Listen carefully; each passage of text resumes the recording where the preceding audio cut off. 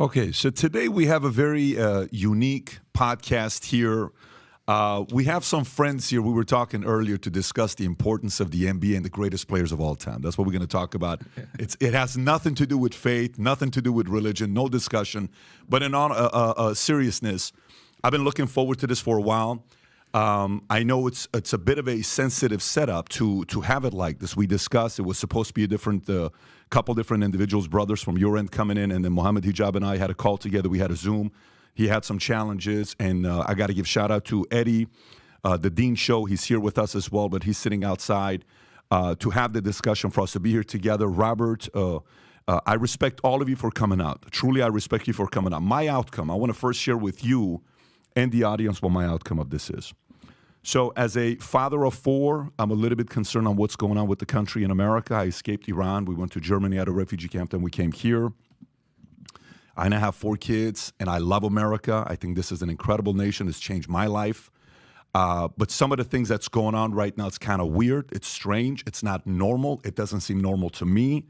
And I have friends. I'm a Christian myself. I'm a non-denominational Christian. People know that's my position. But I have a lot of friends that are Muslims. I have Scientologist friends. I have Mormon friends. I have Jews, who are here with us as well. So I wanted to bring this up because we're going to discuss a few different things today. Number one is the differences in the religion of Christianity and Muslim. We'll discuss that. And then we'll discuss the enemy. Who is the enemy to Christians? Who is the enemy to Muslims? And then we're going to share who our common enemies are. And some funny questions I want to ask you. We'll have some levity here as well to enjoy the discussion. And then there'll be an opportunity for you guys to also discuss with each other. This is not a debate. This is a discussion. Of course, there's going to be moments of debate and you giving your point of view. That's going to happen no matter what. Naturally, the setting is where that is going to happen. But I want to make sure everybody knows that's my outcome. I think there is an area where if we can find common enemies, the enemy's greater than we think. At the end, that's my outcome. But with that being said, let me properly introduce everybody. So first, we have Daniel Harirajju. I said it 7 times properly, and then when we're on, I can't. So Daniel Harirajju attended Harvard University, where he majored in physics and philosophy. He is a Sunni Muslim debater who specializes in debating anti-Muslim figures.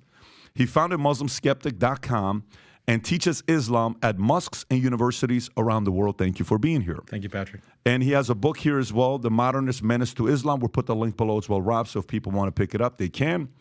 And then we have Jake Brancatella, right, who is here with us. I was telling him earlier, I'm used to that last name more often with some of the friends we interview. He is the Muslim metaphysician, is a convert to Islam. He holds a BA in philosophy and is currently studying for a master's in philosophy and theology. Jake primarily debates Christians and atheists and is an active member of the Muslim Debate Initiative. Then we have Brother Rashid here to my right. He wrote a book called The Ideology Behind Islamic Terrorism, a Moroccan Christian convert and the host of the Daring Questions television program, where he discusses Christianity and engages with Islamic theology and religious topics. Brother Rashid, thanks you for being here. Thank you for having me. And last but not least, Robert Spencer, American author and commentator known for his writings of Islam, counterterrorism, and his involvement with the organizations like Jihad Watch, the most popular blog within the counter-jihad movement. He's also written The Truth About Muhammad. He's written a Critical Quran, and also his latest book that's, I think, is that the Critical Quran you have out here? Quran. And he's written a few other things. Rob, once again, thank you for being here as well. So what I'd want to do is, before we get started, and I have some comments and questions here, if you, just for some of the audience that maybe they don't know the whole story, we can start off with anyone on how you came about your current position right now. If you can take 30 seconds to a minute, giving your background, and then we'll go from there. So we're going to start off with you. Robert, how did you go? I've read your story. Of course, I know your background. I watch a lot of commentary on you. How did you become the person that you are today? Well, you know how one thing leads to another. And I was fascinated with Islam and the Islamic world from a very early age because my grandparents actually are from the Ottoman Empire. They were Greek Orthodox Christians in what is now Turkey and were exiled during World War I for not converting to Islam.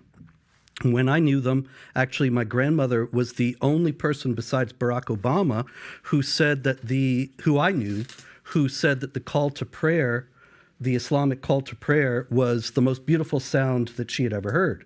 And she would tell me stories about growing up in Turkey and how wonderful it was and how beautiful the land was, how wonderful the people were, and so on. And so then I would ask the inevitable question. I was, 5 years old or whatever. Well, then why are you here? Why did you leave? And then they would clam up and not tell me. So this just made me more interested. Interesting. Started to study it, consulted with people, ended up consulting with some people in the 90s about these issues. And then after 9/11 was asked to write a book. And now I've written 27 books, mostly on this issue. And I watch you where you have a certain level of true 100% belief in what you're talking about. We'll get into that here in a minute. And I'm sure we'll get more about that. Brother Rashid, how about yourself? Yes, I grew up in Morocco. My dad was an imam for a mosque, and I was Muslim like every other Moroccan. At age of 12, I was listening to a radio program. That's when I heard about Christianity, and I started comparing between Islam and Christianity. I was fascinated with the person of Jesus in the Gospels, and I was shocked with the life of Muhammad when I compared it to the life of Jesus. Then I converted at age of 16, 17. Then I had to leave my family, actually. They rejected me. I lived as a homeless for 2 years, and I had to live underground with the Moroccan church, the converts, until 2005, I had to flee the country. 2005, you have to flee the country. Yeah. Okay, and we'll get into your story as well a little bit more when topics come up. Jake, how about yourself? What's your story? What's your background? Yeah, so I was raised a Roman Catholic. My entire family is Roman Catholic up until today. I personally never really believed in the religion, primarily because the theology never really made much sense to me. As I grew older in my late teens and going into the university years, I naturally, the mind starts to think about the deeper questions in life. What's the purpose of life? Does God exist? What religion is true? And so I went on this search and eventually found the path of Islam, primarily because I believe that it's the only religion today that truly supports pure monotheism. I know that Christians, and maybe we'll get into this in the discussion, claim to be, but I found doctrines like the Trinity and incarnation to be completely incoherent and found problems with them. And the Islamic narrative of there being one and only true God that is worthy of worship and that he sent prophets and messengers with this consistent message throughout time was very inviting to me and fit with my natural disposition, and I became a Muslim in my early 20s about 10 years ago and been Muslim ever since. Fantastic. Thank you for that. Daniel, how about yourself? Yeah, my background is my parents came from Iran. They're both from Shiraz. I was born in the U.S. actually and was raised here in Houston, Texas. And I love my parents, and they raised me like an Iranian, had a strong Iranian Persian identity. As I was in high school and then college, I started to become more religious, like learning about my background from my grandparents, for example, from my dad. And I just became more religious, started practicing Islam. I became Sunni, so I'm from a Shia background. I became Sunni. And in college, I went to Harvard University. There was a lot of pressure on Muslims at that time because of like the war on terror, counterterrorism efforts. And there was this effort to liberalize Islam and to say that traditional Islam or the Quran or the Prophet Muhammad, peace be upon him, their teachings are not consistent with modern life, with modernism and liberal secularism. And this posed a conflict for me. Like, how do I reconcile a traditional Islam with liberalism, secularism, and these modern ideologies? So I went and studied philosophy, and I became critical of these ideologies like modern liberal secularism, humanism, atheism, these isms, and that's, the title of my book, basically, or a subtitle of my book, is critiquing these isms that I believe, and through my study, they're destroying humanity. Not just Islam, but just all of humanity is under threat from these isms that are destroying human society. I hope we can talk about that today. But I dedicated my career basically to promoting this message, teaching Islam, teaching how Islam solves many of the problems and difficulties that all people face in society, not just Muslims. I love that. Okay, thank you for that. Again, gentlemen, thank you for sharing your background. So let's get right into it. Robert, your challenge, what is your biggest challenge with the religion of Islam? What's your biggest challenge with it? You mean the biggest difficulty I see in it? I would say the biggest difficulty, because to me, I see it from a few different places, right? One, there's faith, meaning none of us have gone to heaven to see what heaven's going to look like. We're all taking a risk. All of us here are taking a risk. Either we're all going to be right, either we're all going to be wrong, or either one of us is going to be right, meaning one group's going to be right and the other's going to be wrong. But we don't know. That's faith, that's prayer. Of course, we've had great experiences in life to say, I had a connection with God. I had a moment with ... And then that's individual to us, right? So to me, it's faith, it's religion, it's enemies, it's common enemies. It's the challenges that's going on in the world, specifically with America as being, for the longest time, the greatest country in the world. What is affecting that? And then there's a few other things that we'll talk about into as well. So, but for me, it's more from the standpoint of when you've said you've read the Quran dozens of times, you've studied it, you've written about it, you've talked about it. Even I think the government used 2 of your books in 2011 that Wire talked about, right? I don't know what the 2 books were. I think one of them was about Prophet Muhammad, and So your background, you've been in this world. What is your biggest challenge and differences with the religion of Islam?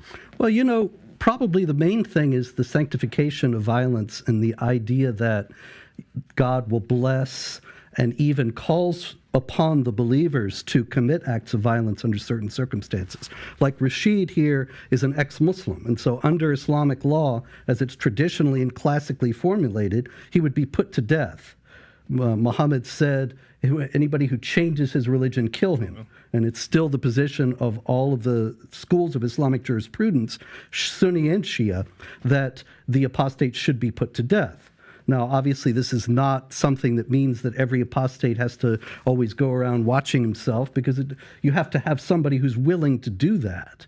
But those who do it, they think, well, now I have done something that Allah has commanded, and He will bless me for doing it. And me, myself, because I was standing up for the freedom of speech, 2015, Pamela Geller and I put on in Texas a Muhammad art exhibit and cartoon contest. And it was actually, we featured a lot of classic Shiite Persian art depicting Muhammad, as well as contemporary art that was from a more critical standpoint. And a couple of jihadis came from Phoenix, key members, actually, of the Islamic Community Center of Phoenix. One of them was featured in a recruitment video for them, and they tried to kill us. And so I actually would be also under a death sentence just for drawing Muhammad and for sponsoring people who do, which I did not in order to cause gratuitous insult, but to defend the freedom of speech and freedom of expression, which is the foundation of any genuinely free society. Daniel, what would you say to that? What's your response to that? Yeah, so just a few points here. Number one, it's interesting how we want to talk about Islam as a religion, but the religion is 95%, like what Jake mentioned. It's about worshiping God, being devoted to a righteous way of life, loving your neighbors, taking care of your parents. That's what 95% of Islam is about. Yes, there are criminal punishments, which we're going to discuss. There is conquest, there is war theory, there's all of this in Islam. But it's interesting how when a conversation is about Islam, we focus on that 5% instead of the 95% of what Islam is about. We don't see this kind of double standard with like Christians. So if you have someone like Matt Walsh is a traditional Christian. There's slavery in the Bible, there's punishment for blasphemers in the Bible, there's killing of heretics in the church tradition. There's no discussion of that with Matt Walsh, right? Or Ben Shapiro. There is killing of blasphemers in the Hebrew Bible. There is, punishments for apostasy in the Talmud. There's no discussion of that with Ben Shapiro. You can talk about, other values, and that's what the discussion focuses on. But the Islamophobic narrative is just lasering in on these specific topics, which is fine. We can discuss that, but I just want to note the double standard. So the other framing of this whole discussion that I want to put out here, though, is that I'm wondering, like, this standard of, oh, there should be no punishment for blasphemy, for example. Let's just put that out there. There should be no punishment for mocking and insulting a religion, attacking people's values. Is that coming from a Christian perspective? Is that coming from is that coming from the church tradition? Is that coming from the Bible? Because when we look at the Bible, we see in Leviticus, we see in Deuteronomy that blasphemers should be put to death. Even if you entice, the Bible says, if you entice like your son or your daughter or your wife entices you to worship other than God, then have no mercy. Put them to death without due process mentioned, without any kind of court or tribunal. The husband or the father should just immediately put them to death without mercy. That's what the Bible says. So when Robert wants to criticize Islam, I'm wondering, is that criticism on the basis of the Bible? Is that on the basis of the church tradition? Or is this a liberal, secular, modernist critique of Islam? So I want to know, am I debating or discussing with two Christians or two atheists or two liberal secularists? Like, that's a clarification that we need. May I? Yes. This is a very important clarification, and there are a couple of distinctions that have to be made. One is all of your examples from Christianity are from Old Testament law, which if you had studied Christianity, you would know there's no sect of Christianity, no school of Christian thought, no tradition within Christianity that holds that Old Testament law applies to Christians for all time. As a matter of fact, it never did apply. Even in Judaism, after the destruction of the temple in 70 AD, the rabbis redefined Judaism so that even they don't teach that those punishments have ongoing validity. So you're talking about something that nobody in mainstream Judaism or Christianity thinks is valid today versus something that unfortunately all too many Muslims do think is valid today. And the bringing up of ancient historical wrongdoing is all very well, and there's certainly a place for that. I've got no interest in denying any of the misdeeds of Christians throughout history. But the problem that we have in Islam is that these passages of the Quran that are problematic, passages of Muhammad's traditions that are problematic, they are still considered to be in force by very large numbers of Muslims, such that all the major terrorist groups around the world are Islamic groups. And you don't have any Christian terrorist groups saying Jesus is Lord and blowing people up. There's a reason for that. And the reasons have to do with the interpretative traditions in both religions. Can I comment? Yeah, go ahead, Please. Yeah, so I would ask Robert a very simple question that I think gets at what the real issue actually is. Do you believe that it's inherently immoral for an apostate to be put to death? Do I believe that it's inherently immoral Yes. for an apostate to be put to death? Is it inherently immoral? Well, I know this is some kind of trap, but in any case, No, I don't I'm just see any looking for reason. honesty on your part. That's all. You can always have honesty on my part. Everything I tell you is the truth. Okay, so go and ahead. the fact is that, I don't know. I tell you the truth. I You haven't don't know. thought about Wow. it. Okay, But- you haven't thought about it. Well, you're writing Yeah. all of these books on Islam how are talking you about criticizing apostasy, Islam? Right. and you don't even know if this is inherently immoral. That's quite shocking, Robert. I would say that I don't think that it's moral to put the apostate to death. So it's But immoral. As it comes to my books about Islam, I'm just reporting on what Islamic clerics and the Islamic tradition teaches about passages like when Muhammad says, if somebody changes his religion, kill him. So Yeah, but if you look, for example, in chapter 4, verse 89 of the Quran, in the critical Quran, where it says if they turn renegade, then come and kill them wherever you find them, then I give Islamic authorities who actually say that this should be done. And that is something people need to know. Now, whether you're talking about in the ideal society, you have apostates put to death, I don't think so, because I believe in the freedom of conscience and the idea that of the dignity of the human person, which is a Christian concept that's not in Islam.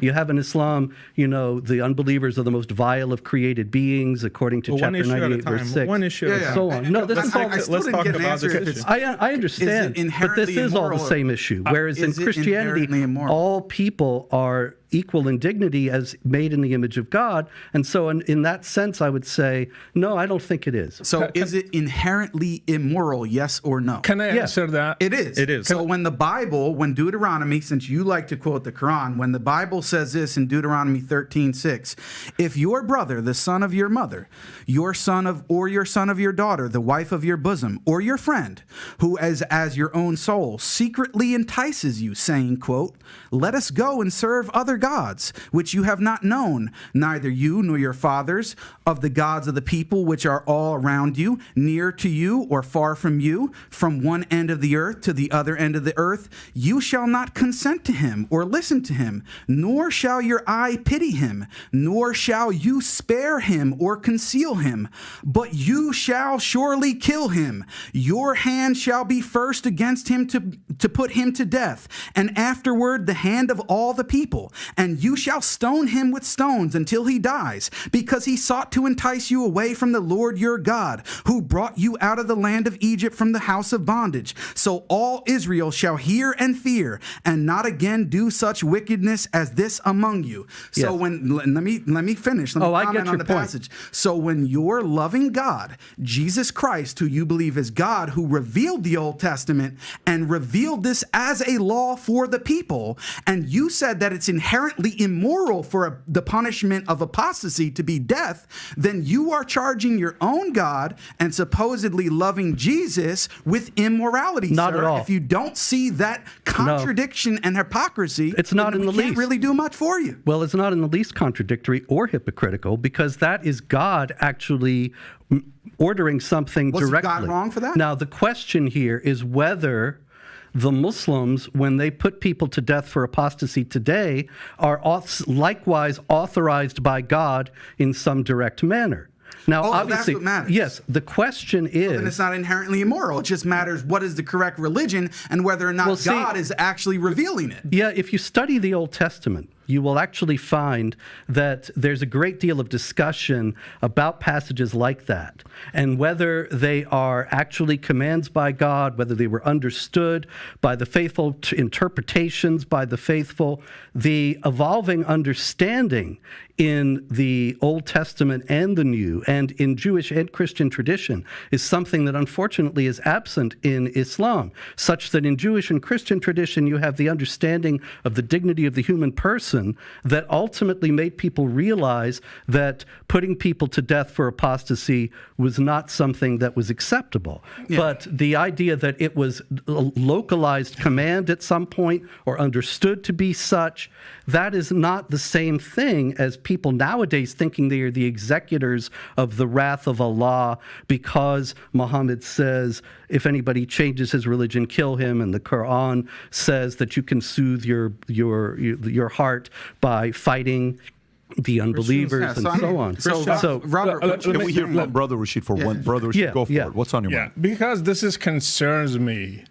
Do you believe I should be put to death?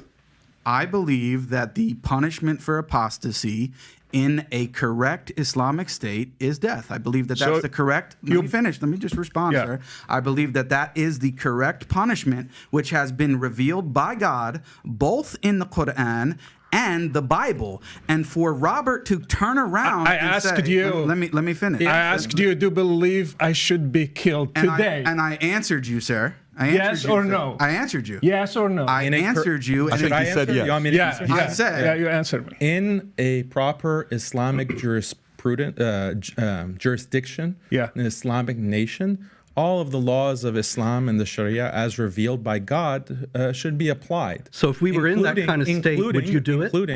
Including I'm not the one that with proper due process, with a proper court hearing, just like any nation of laws. The laws of the Sharia should be applied, including the death penalty for not only apostates, but also blasphemers. You didn't answer me, yes or no? We did answer Yes, you. we did answer. Yeah, so I should be killed.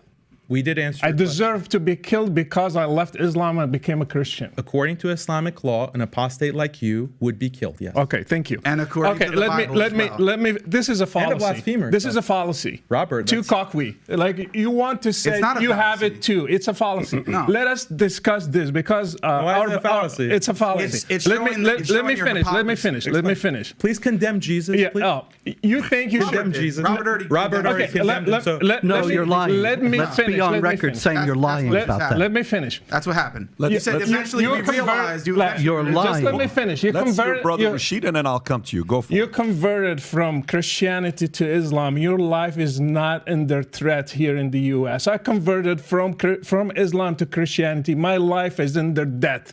That's the difference between Christianity and Islam. Okay, so let me ask you this. Yes. I got a question for you guys. I'm a data guy. I'm a finance guy. How many Christians have died going from being Christian to Muslim? How many Muslims have actually been killed or died going from being a Muslim to a Christian? There's no data on that because these kinds of things are not recorded. They're not considered crime. There should be, in though, right? I Islam. mean, shouldn't there even if there's some stories to be able to say, Yes. you know, XYZ individual. I have stories. I have one in Mauritania who was condemned to be executed. We just got him out to Paris because we negotiated with the government there. I have people right now in Libya. They are under death penalty in Libya. I have people who got killed in Jordan, for example, because I do my show. People contact me. I have people who got killed in Jordan. Their parents killed them because they became Christians from a Muslim background. We have people in different places in the world, in the Muslim community, they kill them, and if they get to flee, that's the best outcome. I got a question. While I'm studying this, there's also Daniel said something very interesting where the guidelines of Quran is based on the jurisdiction of the government, meaning where you live, the religion is follow whatever the laws are of that nation. Meaning, you can correct me. I'm just giving you what I've looked into. Does this mean these rules apply no matter where you live? Is that across the board, or is it's more stricter in certain Muslim nations than other Christian nations? Islam is to be applied forever on every place since the time of Muhammad until today. So Muslims are just seeking to be a majority one day, and if Muslims are majority today, these two brothers will witness my killing in front of people, and they will be happy cheering the crowds that I was killed. So Islam is to be. If U.S. became majority Muslim today, you would be killed. I will be killed. Sharia is to be applied everywhere, every time, and that's the biggest difference with Christianity, because Jesus came and he stopped the Old Testament. He stopped he didn't stone the lady who committed adultery.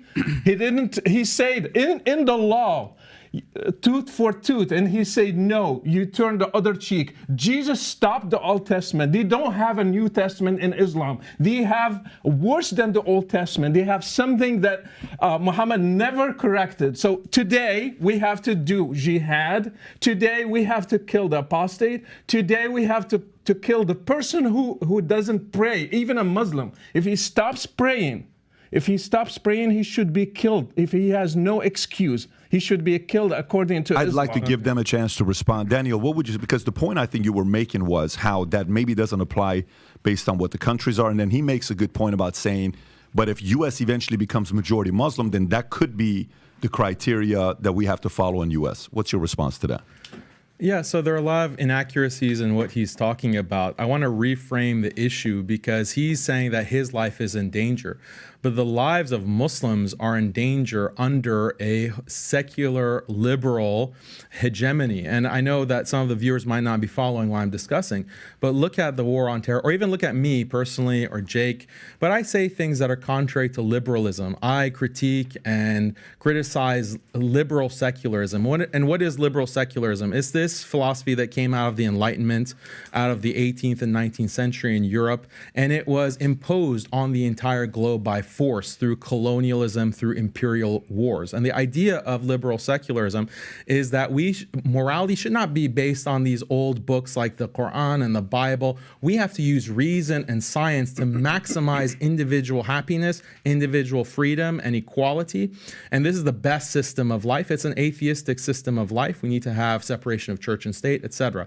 This is the dominant, I don't want to say religion, but it's the dominant ideology in the world today. And it's imposed through, the UN Security Council, international rights law, etc. But it's coming from a very specific philosophy that is anti-religion. It's anti-Islam, it's anti-Christianity, anti-traditional Christianity. I criticize this system. And Muslims who criticize this system are put on watch lists. We're banned from traveling.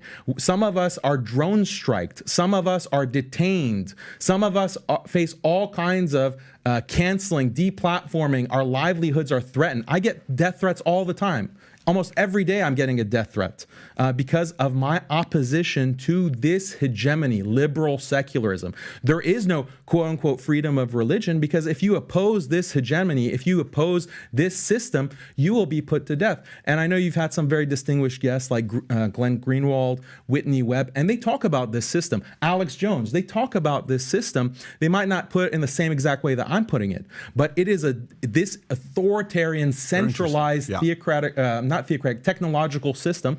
And yes, plenty of people are getting killed. What was the Iraq war about? What was the Afghanistan war about? How many millions of Muslims were killed because of those invasions? What were those invasions justified on the basis of? It wasn't on the basis of the Bible. I wouldn't put that on Christians. I would put it on spreading freedom, spreading democracy, spreading liberal values and quote unquote women's rights. That's what millions of Muslims in the past 20 years have been killed for, slaughtered, genocided because of this ideology. So yes, Muslims are under threat. Muslims are far more threat than, the few Christians here and there that might leave Islam to become Christian. Go for it. Well, in the first place, when it comes to secular liberalism, Daniel and I are completely in agreement. We're both against it. We both see that it's evil. And in that sense, you were talking about working together, finding common ground. That is the common ground that we have. The idea of the invasions of Iraq and Afghanistan were completely wrong, based on false premises, false assumptions, based on the idea that they could bring democracy to the Islamic world. It was never going to happen. I was warning about it before it started, but was not heeded. But the fact is that, and also when it comes to death threats, we could probably have a contest and see, but I get them many daily, mostly from Muslims, but not always. And the left is increasingly unhinged and out of control. But if Daniel is positing that Islam is somehow the alternative, then I would wonder, how is it that all the Muslim politicians in the United States, including an obvious publicly Sharia adherent one like Ilhan Omar and Rashid Tlaib as well, Keith Ellison, Andre Carson, the publicly Muslim Quran adherent politicians, and yet they're all very far on the left, and they're aiding this secular liberal monster that Daniel so rightly opposes.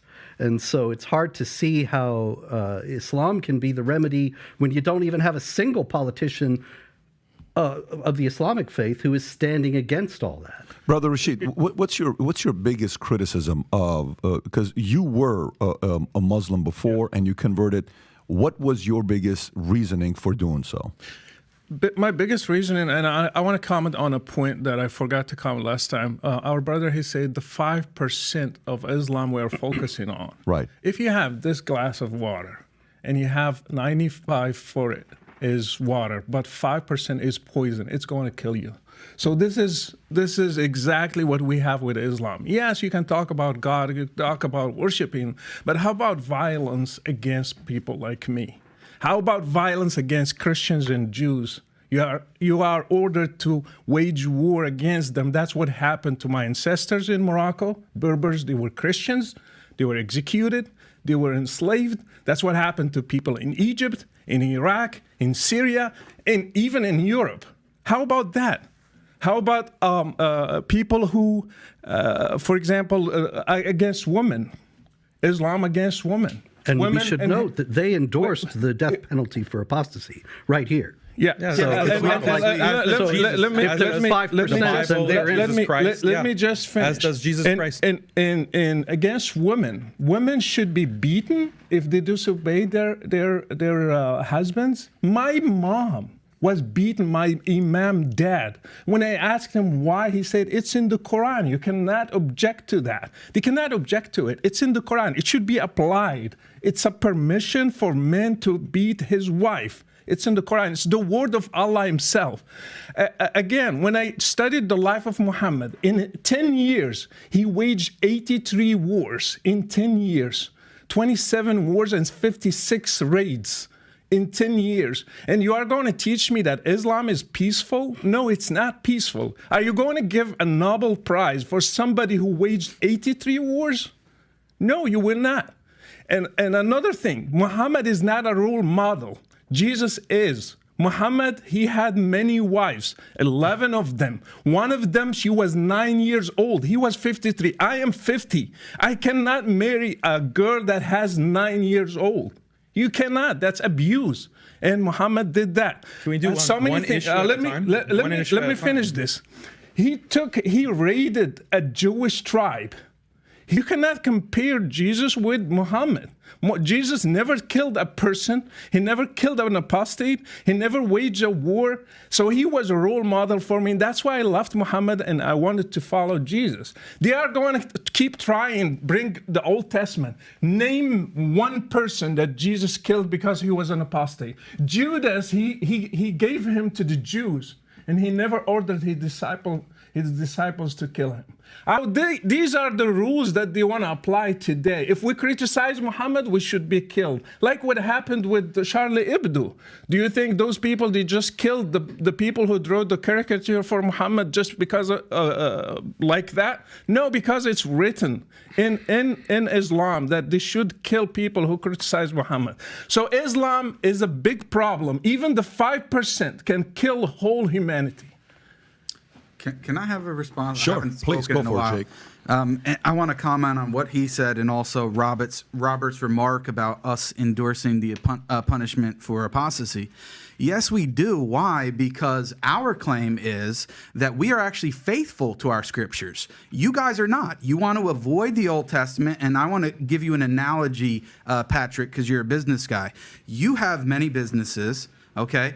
And you have policies that you have to put in place based on social interaction in the workplace and all that kind of stuff. Now, you may make amendments to those policies based on new data, new information, how things are actually going based on those things that you put in place. Now, when you do, right, and this is the analogy between the Old Testament and the New Testament, are you willing to say that, well, yeah, thinking to myself, yeah, Pat, yeah, you were wrong, actually, when you said it was okay to do such and such. That was actually wrong, and you then put in the correct one. With the Bible, the problem that you have is the same one that you want to talk about, the loving Jesus Christ himself, which we also adore and respect as a prophet, is the same one that you believe is God and revealed the Old Testament. And you can't get out of that. So when your God, Jesus, revealed at that specific time, as I just read the passage, and I can read you plenty more, where he says to kill babies in war. Is it okay to target infants in war and kill babies? Is that inherently immoral? The problem that you have is if you go on, and this is why the argument is so important. It's not a tu quoque just as a fallacious argument. It's checking for your consistency as a Christian, whether or not you're actually faithful to your own text and tradition. And the reality is you're not. Why? You have two options. If you condemn it as inherently immoral, then the whole Bible's gone. Because if you believe that those verses in the Bible were revealed by God, then you're saying that God is immoral.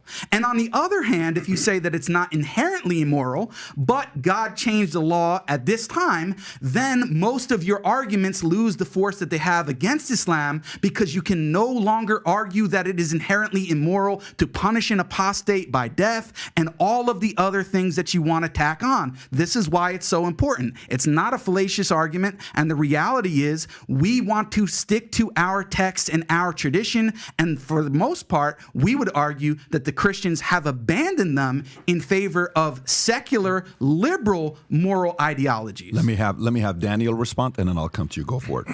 Yeah, so there are a lot of things that we need to respond to because he's just listing every grievance that he has against Islam. Right. We have to take it step by step. But just on this point of violence, I think Jake makes really the crucial point. It's that Jesus, according to the Christian belief, Jesus is the God of the Old Testament.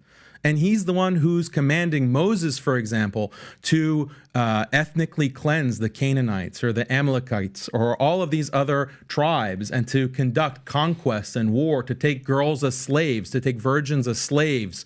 This is in the Old Testament, sure. So Christians have to deal with that moral problem. A lot of Christians, unfortunately, they just throw the Bible under the bus. And, how is that justified? But it's not just the Old Testament. It's also the New Testament. The New Testament also endorses slavery. The New Testament also has the book of Revelation where Jesus is going to come, which, by the way, Muslims also believe that Jesus is the Messiah. He is the born of the Virgin Mary, and he's going to come as the Messiah to establish God's kingdom on earth. Muslims also accept and believe that, and we're anticipating that.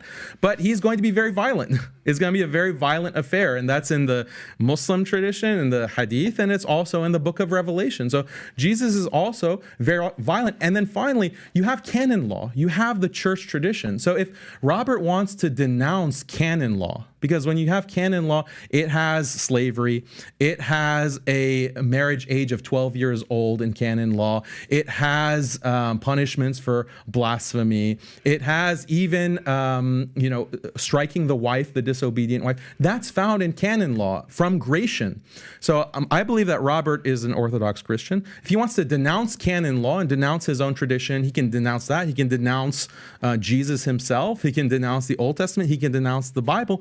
The New Testament, that's fine. That's fine. He says that, our religion adapts, our religion changes. But that's actually the problem, Patrick. When we're talking about wokeism, when we're talking about if you can say that, that's the Old Testament is for those times, it's not applicable now, right? That's the argument. The violence, the killing of blasphemers, that's for old times. We've changed, but Muslims are not willing to change. I say, yeah, Muslims are willing to stand by revelation. The problem with a lot of Christians, not all Christians, a lot of Christians, Jews, Hindus, they all have these practices in their books. Buddhists, they all have these practices, and they're pressured to change and update. And so if you can get rid of the conquest and the violence and the punishment for apostasy, why not just get rid of the prohibition of cross-dressing, the prohibition of homosexuality, the prohibition of drag queens? Why prohibit any of that? Maybe times are different. Maybe we need to adopt drag queen story hour in our church. Maybe we need to adopt, all of these woke practices. Why not? And Robert, here's what I would say. You're making a very good argument, and I can totally feel where you're coming from as well. Obviously, just so everybody knows, have we ever had a conversation together prior to this debate? I just want everybody that's watching, have you and I ever spoken? We just met a few minutes ago. Have you and I ever spoken? No. Have you and I? No. I did that intentionally. Because I wanted to be the first interaction we have where it's not like, this topic, do you want this, do you want that? And nobody was given additional topics or what. You just kind of came in, we're going to talk, we're going to have this discussion. Again, I respect you guys for doing this. I think the part I agree with Daniel, and it could be a leak, it could be a flaw, or it could be a strength as well as the following. What I'm noticing between the two faiths is one seems to be more intolerant, and the other one's more tolerant. Let me unpack that from my perspective. For the longest time since I started praying September of 1997, I've prayed for four things: courage, wisdom, tolerance, understanding. The last 6 months, I've been having a hard time praying for the third thing, which is tolerance. And the reason for it is because I think Christians are becoming way too tolerant. Now, the standards could be extreme. Somebody could be watching and saying, guys, what are you talking about? You mean to tell me you're okay to hit your wife and do this and do that and apostasy and all this stuff? That's ridiculous for you to think that. And you may say, well, look, we're at least staying committed to our faith. They're not. They're picking and choosing what they like, and they're not. That could be the argument. All I'm saying is that's their argument, what they're saying. Yeah. But then the other side is when you're saying what you're saying, stats came out right now as well about Pew Research on statistics on Muslims' view on LGBTQ. You're now going to go through this as well with your faith, with your religion. Pew Research says that 52% of American Muslims believe homosexuality should be accepted by society. This is according to Pew Research. Among Muslim American millennials, that jumped to 60%. This was done in 2017, so it's 6 years old, which I would assume it's even higher today than what it was then. The survey also revealed that Muslim women are much more accepting of LGBT people than their male counterparts. They're at 63%, men are at 42%. Just so you know, the difference between women and men, about 21% difference.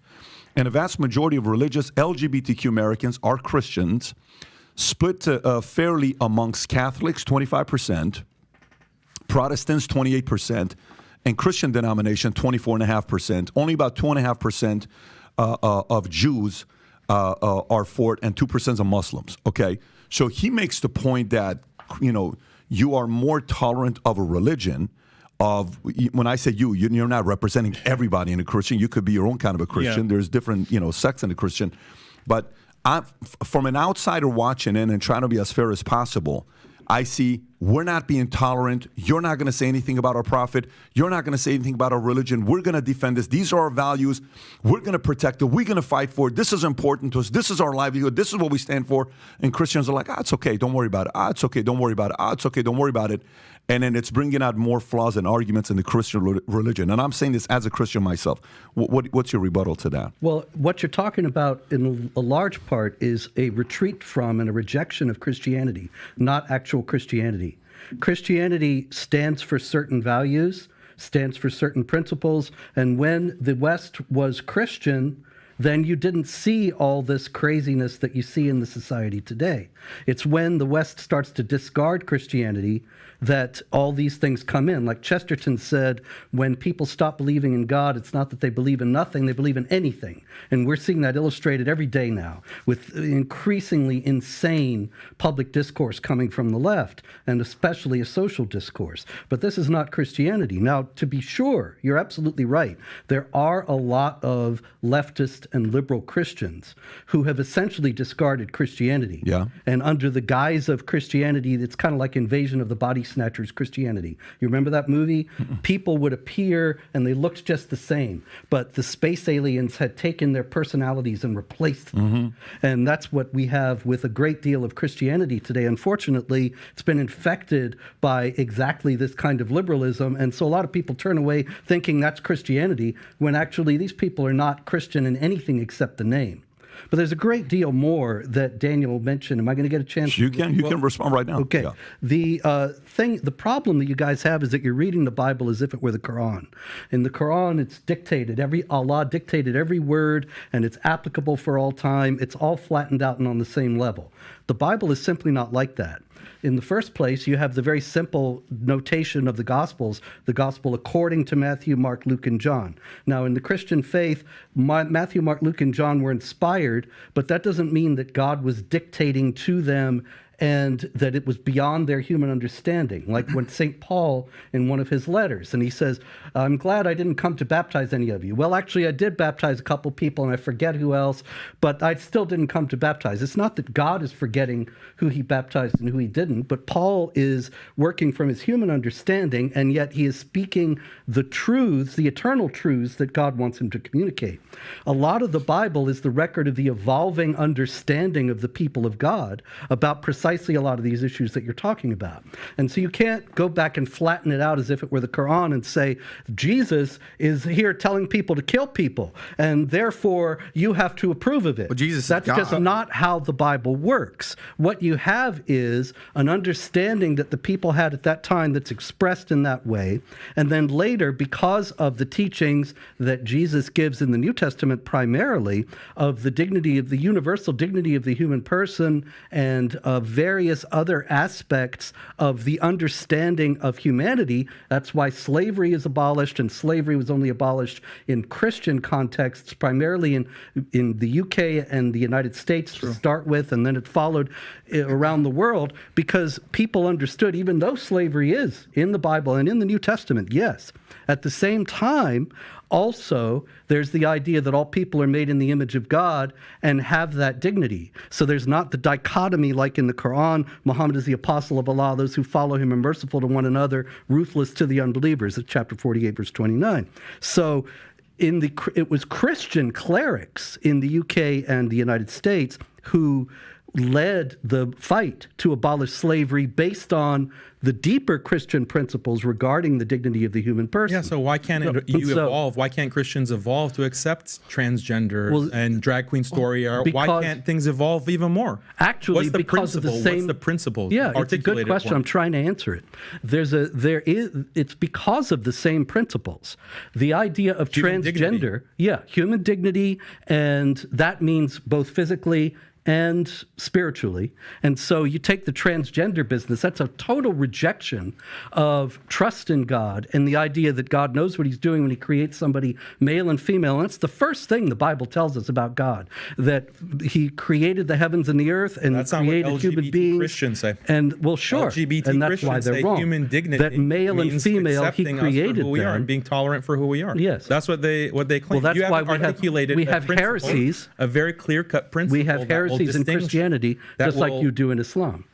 No, but I want to understand what is the principle that I was just telling you that if you have human dignity. You're talking over me, but I'm trying to explain it to you. Because you're not answering the question. No, I actually am answering the question, but you keep interrupting me and making it impossible for me to make my point. Give me the principle. So if you had the basic courtesy to be quiet for a second, then I will return it to you when you respond. Sure, go ahead. But the idea that when it says male and female, he created them, that's not just an incidental point, but that is fundamental to the human identity and to the nature of the person that has that dignity as being made in the image of God.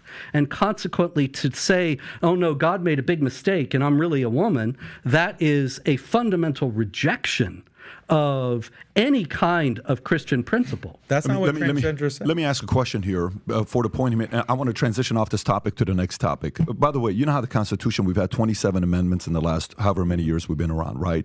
Based on what he just said, my interpretation, what he said is the religion of Christianity has made many amendments over the years, okay?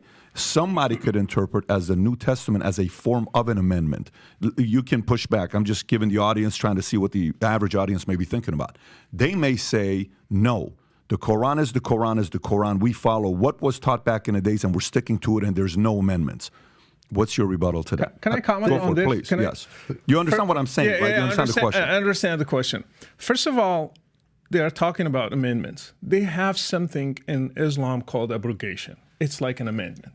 God says something, and then he changes it. For example, he asked the question, was it moral to kill the apostate? I can ask him the same question. How about zawaj al-mut'a? Like you marry for, like it was practiced in Iran a lot. It's not inherently immoral. It's not inherently immoral. Why? We can answer it. Why it was stopped? Why Muhammad stopped it? No, if it was immoral. The difference. I'm just giving you an example. You asked us the question. No, I'll let you answer. I'll let you answer. In Christianity, Jesus came, he stopped so many things in the Old Testament. That's our principle.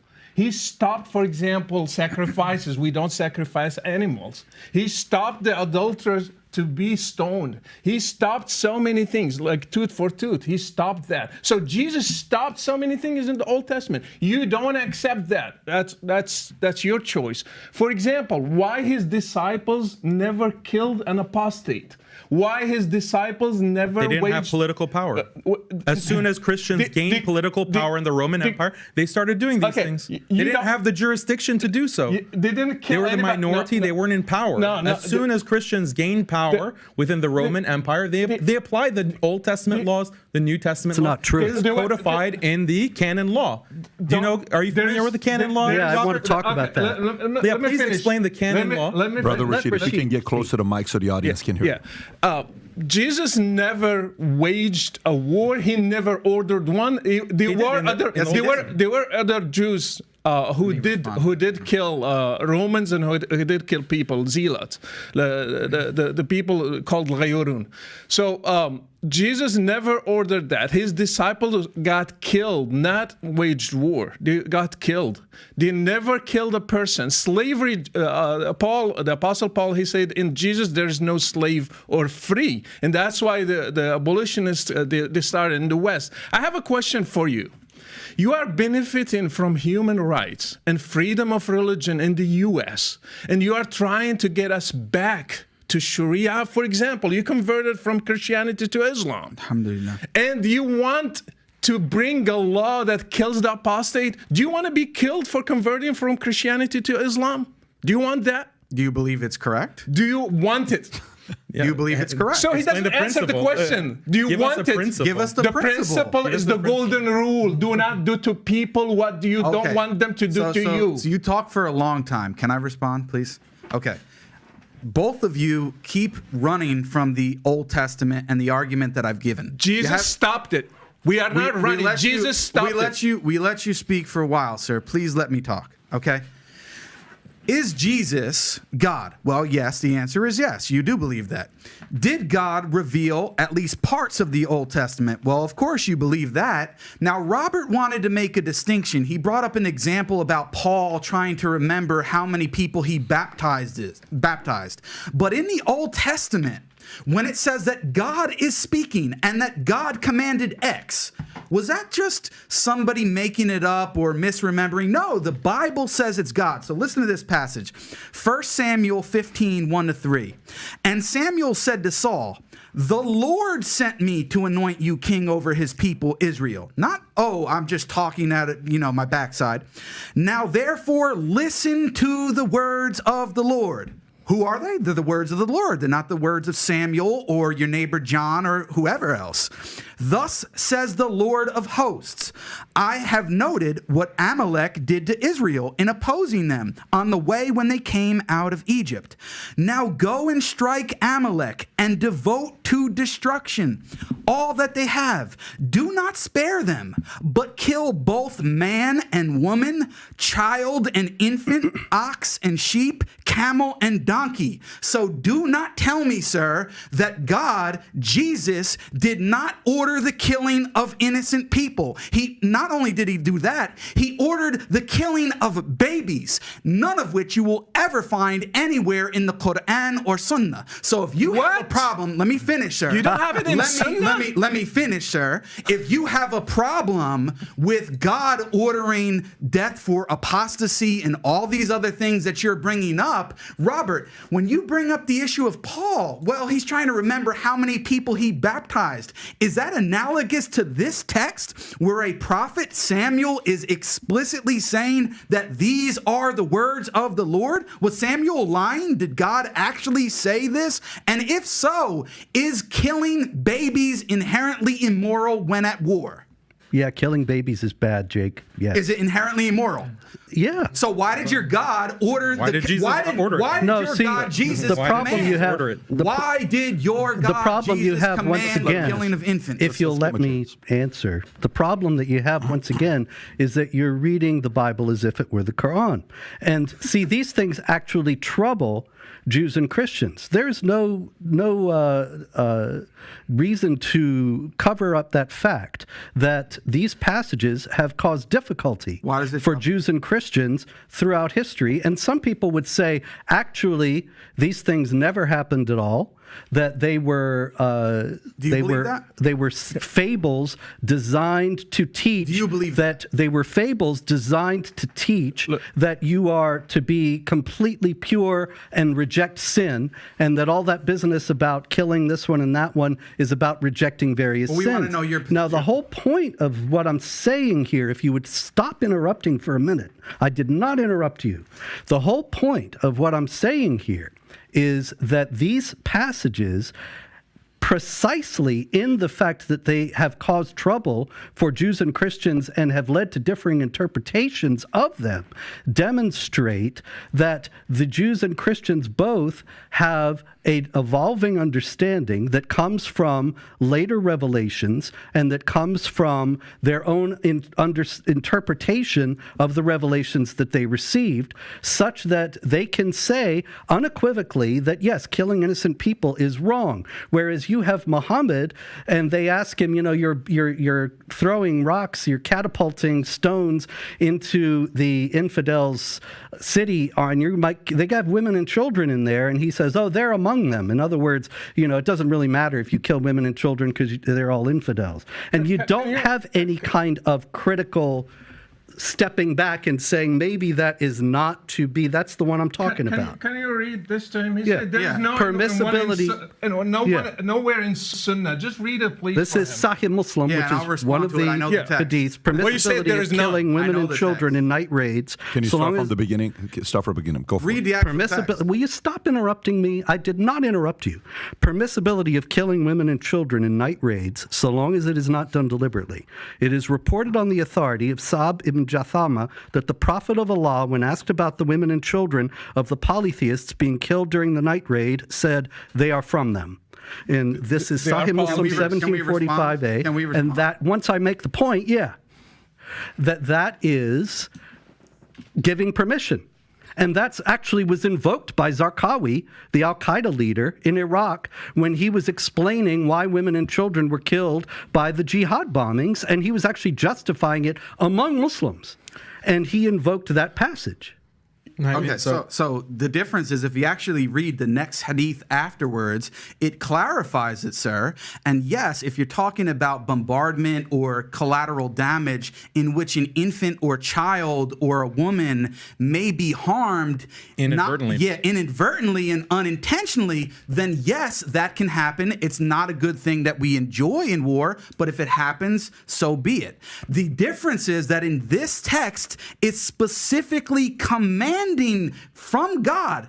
And what you said before, well, some Christians say, well, it's not actually historical. Maybe it didn't happen. Well, I don't care about other Christians, with all due respect, for this conversation. We're talking to the two of you and the two Muslims, and we are representing our positions. So we want to know from you, do you believe that 1 Samuel 15, 1-3 was revealed by God and that God himself ordered directly, intentionally for the killing of babies and infants? Let me answer that. You are judging a war that happened 3,000 years ago. Is it by historical? this. Just wait. You are judging a war that happened 3,000 years ago by the standards of today. The difference between the Old Testament and Islam, we believe those applied for those circumstances and stayed there. These should not be applied today. Islam, jihad should be applied in the time of Muhammad, today and forever. So killing the kids of polytheists, Muhammad answered, they are from them. They are just polytheists like them. So it's okay to kill them. And let me tell you about killing kids. How you define a kid? In the raid of Bani Qurayza, a Jewish tribe, Muhammad came and he said, check the hair of puberty for every kid. If you find one hair, you can kill him because he's considered an adolescent. So they killed 600 people on that day. You want to tell me that doesn't exist in Islam? Yeah, I know it exists in Islam. And I know if you got authority today, you will do it. Here's what I want to do. I want to have Daniel give a response, and then I'm going to go to the next topic. Go for it, Daniel. Okay, so Banu Qurayza, that was a tribe that betrayed the Muslims in war. So that was an act of treason. Every legal system in history, every religion, when you do an act of treason in war, what is the punishment for that? Capital punishment. And that was what was applied. The punishment fit the crime. The point that Jake made is that the Prophet, peace be upon him, explicitly forbade the intentional killing of women and children in the hadith that you didn't mention. So this is dishonest. Exactly. You read one hadith from the book of jihad in Sahih Muslim, but you don't read the other hadith. Exactly. So that is dishonest on your part, sir. It's not. And then let's bring it back, to the overall picture, because for your viewers, many of them might not be Muslim or Christian. They think like, both of you guys are crazy. Both of you, your religions sound ridiculous. So I want to defend not only traditional Islam, but also traditional Christianity. I want to defend, I think that's what building bridges is really about. Defending traditional religion, where every religion has conquest, it has violence, it has rules of war. And guess what? We live in a world of realpolitik. Every nation is engaging in war of conquest, expanding its influence and using violence as a means. The US is the biggest perpetrator of that. Russia now is doing that in Ukraine, endorsed by the Orthodox Church, by the way. You have China, who is also expanding its influence. So every society, every culture, every traditional religion says, yes, use means and violence if necessary to expand your influence and to conquer and to conquest and to impose what? Your values. That is something universal. As Muslims, we're proud of that. As Muslims, we're proud of that. We're proud of our religion, and we're not going to reform it and modify it. It's only modern Christians, actually, and these other religions that are reforming their traditional beliefs in deference to what? In deference to this hegemony that I'm talking about, the liberal secular powers, and saying, no, our religion is just about peace. Our religion is just about like no violence, no nothing. Okay, you have to throw all your traditional texts under the bus. Muslims are not willing to do that. And that argument has been made clearly, and the audience has to decide which to them seems more of a faith, which leads me to the next question. A faith where you would want to raise your family in a country based on those values. So in America, when you look at the statistics, you'll see 20,000 Christians have converted to Muslim, right? Of which 75% are women. The number we'll see 3/4 are women and 1/4 are men. Okay. The question I would have is, I lived in Iran for 10 years. I don't know if you guys have lived in a Muslim nation before. You lived, obviously, you lived in Morocco. Have you lived in a Muslim, No. You're here. So I lived in Iran 10 years as a Christian family, and we would go to church, and I went to Christian school, and then we escaped and went to Germany, lived at a refugee camp with a lot of different sects from different parts of the world who were escaping. They were either escaping communism or they were escaping not feeling safe, persecution for their religion, what they believed in. They didn't have the freedom, they left. Why is it? This is a question that's been brought up when I'm crowdsourcing what questions you want us to ask the guests that are here today. If it's purely statistical, why are more Muslims moving to Christian nations and not Christian nations moving to Muslim nations? Why do you think that is? It's economics, pure economics. If you look at Christians that move to Saudi and the Gulf, there's a huge influx of Christians from the Philippines, from Africa, from Eastern Europe that flock to the Gulf countries, Muslim countries. Why? Because of GDP, because of the economy. The influx of people of all religions and cultures to the US, to Australia, to Europe, it's purely because of economic opportunity, not because of there's some kind of better way of life. The way of life in the US, and I can talk to you because you lived 10 years in Iran, the culture of traditional societies, especially Muslim societies, is much more conducive to family. It's more of a family, community-based life as opposed to an individualistic, rat race, everyone is out for himself type of lifestyle that you live in the West. And that's because of the hegemony that we're talking about, because of liberal secularism, because of this pursuit of happiness at the expense of all else. When you have a religion that values family, marriage, look at the divorce rates. Look at how, I have 5 sons of my own. I'm very worried about, will they even be able to find a wife who will be faithful to them and who will want to have children, my grandchildren, who will be faithful. Look at the divorce rates. Look at the infidelity rates. Look at all of the social problems that are infecting Western societies. Why is that? I'd argue it's on the basis of leaving traditional Christianity, leaving traditional Islam, reforming these religions. That's the problem. Look at someone like Reza Aslan. You interviewed him, I had him right? on, yeah. And you had a brilliant comment. You said that, Reza, when you're talking, I feel like you're an atheist. You're arguing, I don't think that you're actually a Muslim. Like, you're not talking like you're a Muslim. You're talking like this progressive, liberal, atheist type person. And that's what's happening to everyone because of these political forces. And we have to resist that. We have to resist those kinds of influences in order to preserve marriage, preserve family, preserve community. That exists in the Muslim world, but it's being eroded. So why are you still here? Why are you in America? Why don't you go to a Muslim nation? I would like to do that, but the thing is that the West has declared war on every traditional society. If you don't implement Western style liberal human rights, quote unquote, like you don't legalize homosexuality, you don't legalize transgender, you don't legalize feminism, all these things that are destroying marriage and family, we're going to bomb you. We're going to sanction you. We're going to starve your people. It's not safe for Muslims to be in Muslim countries. It's not safe for traditional Christians. Traditional Christians quoting the Bible within Europe are being put in prison for quoting the Bible. They'll literally quote a verse from Leviticus, or they'll talk about Sodom and Gomorrah. They're put in prison. This is a war on all traditional religions. And there's not a safe place for a traditional religious person in the world today because of this dominant global power.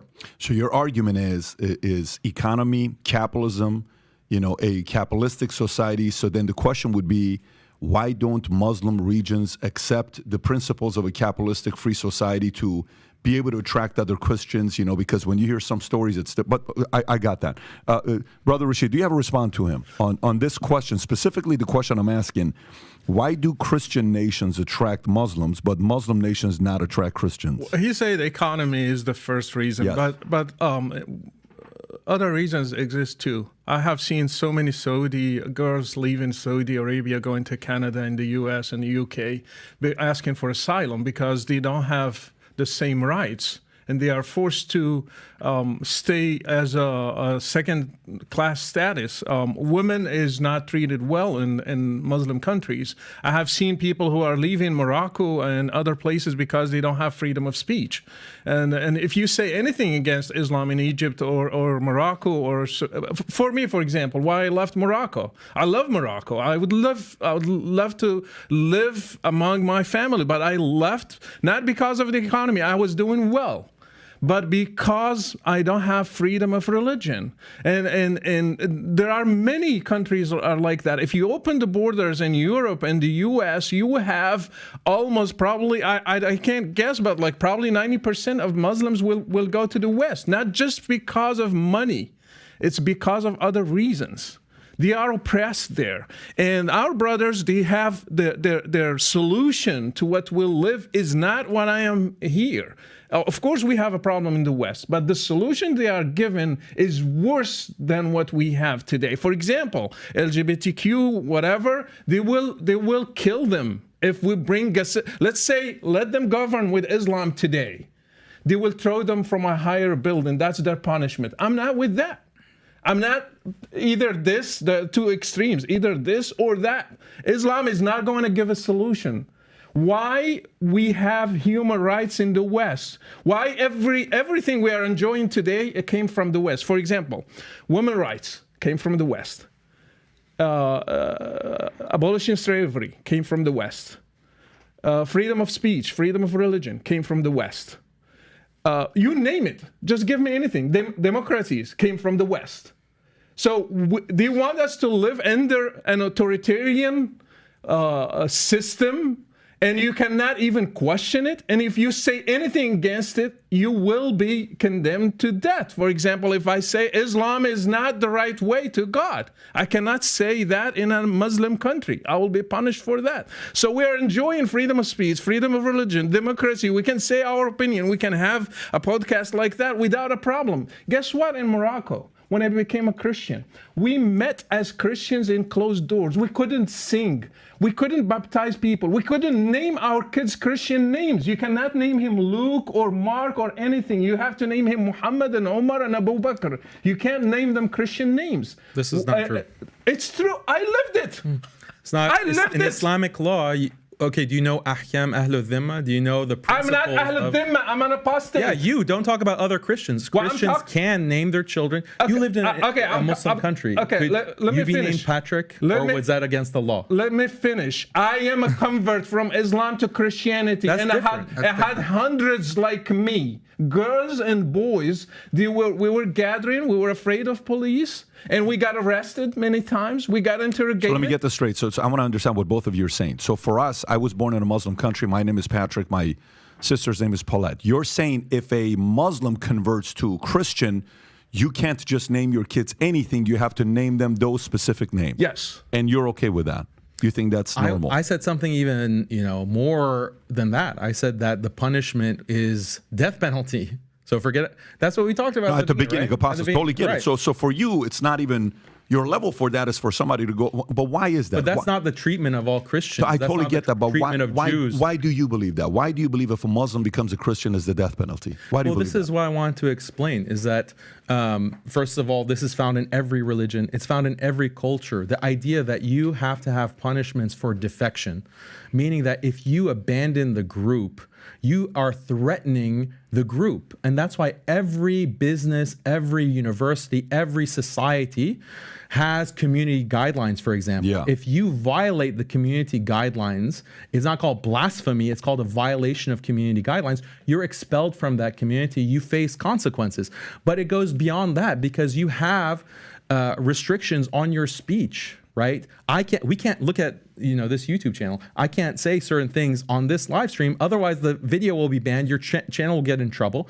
And then you can be prosecuted. You can face all kinds of consequences. Again, go back to your Glenn Greenwald interview, your interview with Whitney Webb. Look at the power structures that restrict speech. They restrict thought. Why? In order to preserve the power structure. Every religion has this. Traditional Christianity, that's why heretics were punished. That's why apostates were punished in Buddhism. Let me ask a follow-up on that. Sure, so when you say to me, I've interviewed almost any of the major living mobsters. I've had them on the podcast before. I don't know if that's your stuff that you would watch, but I've interviewed a lot of them. Sammy the Bull, Michael Francis, a lot of these guys. Okay, so I can see you with your last name. Yeah. So when I interview these guys, one of the things that they have, and Sammy is he says, look, I'm a mafioso. I'm a true mafioso is what I am. Till today, he's in his late 70s. He still says that, right?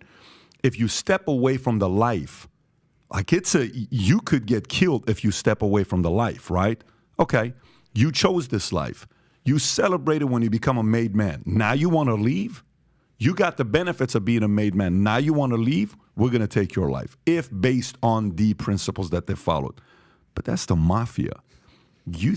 For somebody that may say, well, then Islam is Islam following some of the mafia philosophies that if you choose to leave, you deserve to lose your life?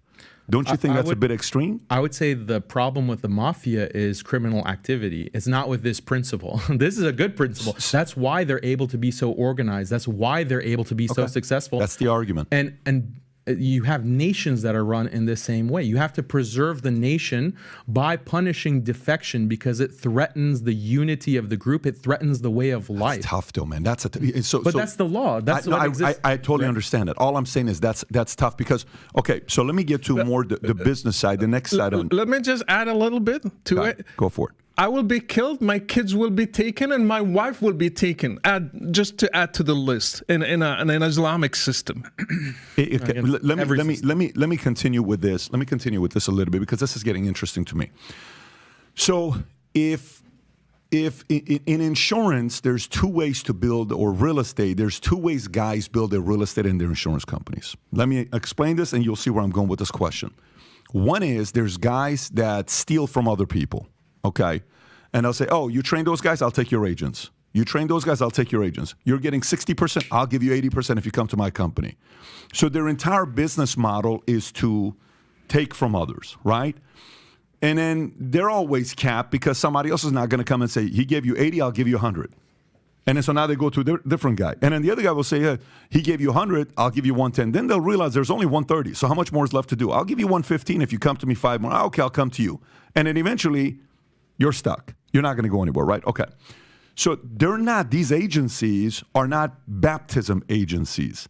They're converting agencies. I'll convert you to me by me giving you a better life or better heaven or better, dream that I'm selling to you, right?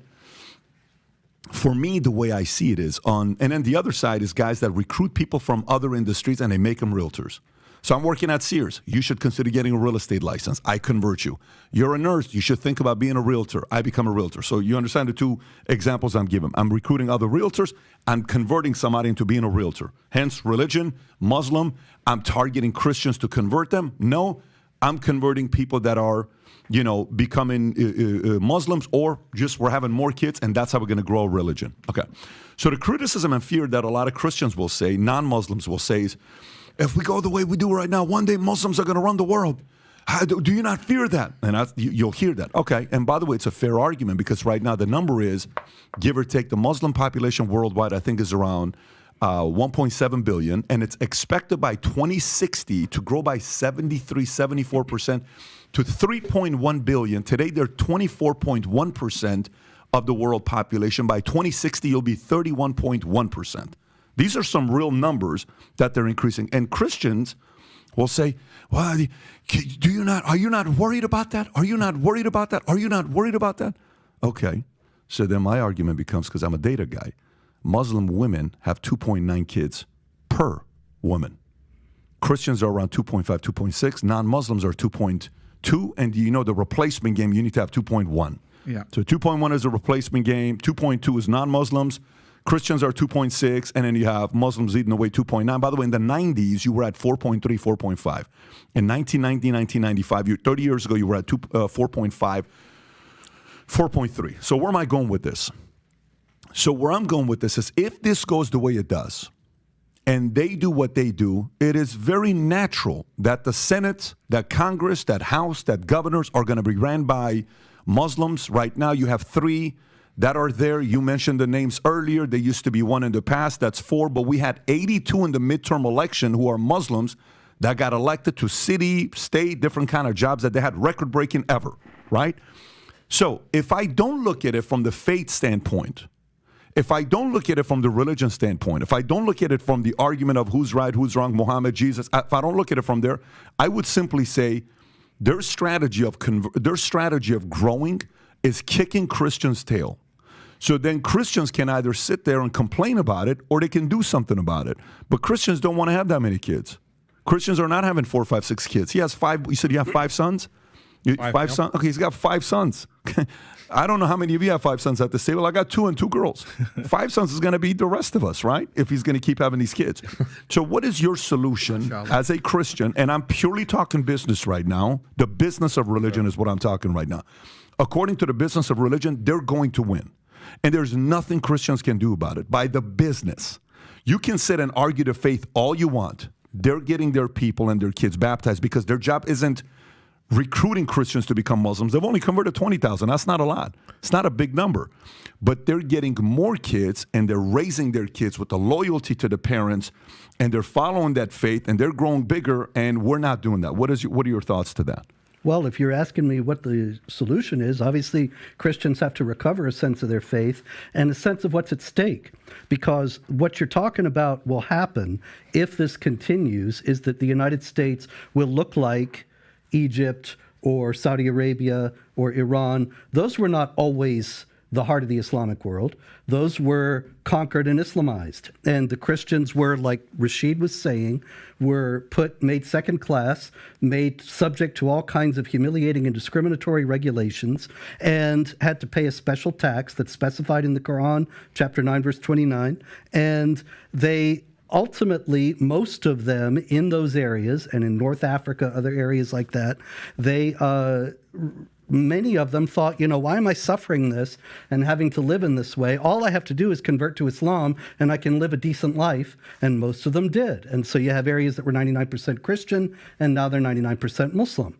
And so people don't realize, they look at Egypt and they say, well, that's the Islamic world. They don't realize that these things are always in flux and that exactly what happened there is beginning to happen in the West. And so I think that if Christians were to come to realize what's at stake, which would be extraordinarily difficult given the amount of propaganda and falsehood that's spread about these issues in the mainstream, then they might begin to realize that they need to take What's the solution, though? What's the next steps? What is the solution from your standpoint? They have to have larger families, certainly, and have to meet the dawah, the proselytizing initiatives, and be able to answer all the objections, to show the inhumane aspects but of Christians Islam. are not that united. These guys are united. Exactly. So Christians are competing against each other. Muslims are more united. No, I disagree to that. We have Shia, we have Sunni. They are fighting each other. I They're agree. killing each other. Fair enough, yes. And so they are not really united. And if you go to Salafis, they will make the Sufis as mushriks. But would you agree that Sunnis and Shias are united at least in the values? No, not necessarily because, the cousin or, that's the history part where who got the passed down. I'm talking purely values and philosophies. You know what? Muslims will claim we are 1.7, and when you ask them details, they will be Ahmadis are not Muslims, Shia are not Muslims, and you will find just the guy in his mosque at the end instead of 1.7. I lived that. When you really scrutinize them, you will find just the guy in his mosque. They are the ones. Actually, Muhammad said his people will divide to 73 groups. and one of them only go to heaven. So 72 of them, they're just like kuffar. They are not really Muslims. So let's go back to that. Replacement rate, for example, in some countries like Iran is below 2.1. In Turkey, it's below 2.1. In others, they are below that. So there is a huge drop. For example, in Morocco, I think it was like 6.9, and now it's like 2.8 or 2.7. So next generation will be below replacement rate. So they will suffer also from. You believe that? So you believe their numbers is going to go below the Christian replacement? I will believe they will drop because we have so many challenges, economy, so many other things. And another thing, they don't count how many people are leaving Islam. We don't have statistics. I have statistics, for example, people who write to me, according just to my show, from Morocco, from Algeria, from Iran, for example. So many people are leaving to atheism, to Christianity, to other worldviews. In Egypt, in Saudi Arabia, so they don't count that. I still count it as a Muslim in the 1.7. Yep. And many people like me. So if they give freedom and we do real surveys, we will have the number less. Another thing, what Islam is left? The West forced Muslims to abolish slavery, to not practice the real Islam, like amputing hands and feet and crucifying. They are now forcing them to have one wife. So Islam, the version of Islam in the Muslim world is not really what they are preaching. So what Muslims do we have? According to their standards, probably most of them are kafir. And not only that, it's because of the death penalty for apostasy that this is unreported. But also there was a survey, and people did answer the anonymous survey recently in Iran. Only 40% of the population identified as Muslim. Now that's extraordinary, and it shows how inhumane Sharia Islamic law is. Who ran that poll? Who? I don't remember who ran it, but it's easy to find. We can look it up Rob, here. can you look it up? 1979 to now, we've had Islamic law in Iran, and now 60% of Iranians have rejected Islam. That's because they've lived it since 1979, and they realize how much they don't like it. Yeah, I just want to comment because they're talking a lot about the supposed disunity amongst Muslims, as if you don't have that in Christianity, right? Oh, yeah, you do. You do, right? So, Rashid, I know that Robert here is Eastern Orthodox. He used to be Catholic. What denomination or sect of Christianity do you belong to? Because we are converts in Morocco, we don't follow anything. We just follow. I'm saying, the like, do you go to a specific church? I went to many. Orthodox, Protestant, I don't care. Okay, so anyway, my point is you have the three main sects in Christianity, the Protestants, the Catholics, the Eastern Orthodox. Historically, they fought with each other over very, what from the outside people would think, well, why are they fighting over this? I mean, today, the Orthodox and Catholics are fighting over doctrines like the Filioque, whether or not the Holy Spirit proceeds forth from the Father and the Son, or the Father alone eternally, and they're completely divided on this, and call each other heretics and all kinds of stuff. So to act as if, right, there's this division among Sunnis and Shia, when, as I think Patrick rightly pointed out, we have much more in common in terms of our actual values. We differ in terms of certain historical doctrines, but that's another story. On the other hand, you have so many different sects within Christianity, so many different denominations, all of them disagree and consider each other to be heretics. So for you to make that accusation and critique of Islam, I just don't think is correct. It opens up. Look at the history of the Catholics versus Protestants in Europe. Over 5 million killed in the wake of the Protestant Reformation. So, I mean, that's that applies to Christianity more than Islam. But going back to Patrick's point is that you want to grow your numbers and grow the Christian population. I want to help Christians grow, because I think a world that has more Christians is better than a world that has more atheists.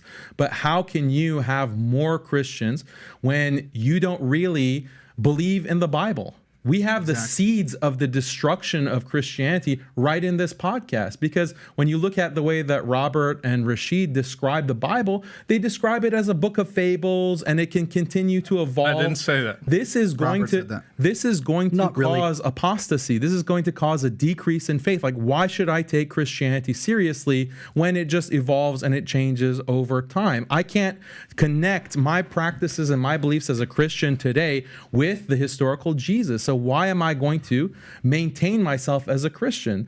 And then also the whole theology, which we haven't discussed at all today, like the 95%. Monotheism is 80 to 90% of the world believes in monotheism, in one God. And monotheism is a central, crucial, the most important part of Islam, the belief in one God without partners. He is not like anything. This is a very powerful belief that 80 to 90% of human beings profess in this day and age. And Islam represents that in its theology and emphasizes that in its theology. But if you have a Trinity, or you have a theology that is not really clear, is Jesus God? Is there a Godhead? Is there this other system? Do we go by the Catholics, or do we go by the Orthodox? Do we go by the Protestants? You don't have a consistent theology. Sunnis and Shias, they all agree on monotheism. God is one. He is not like anything. They agree on the Quran.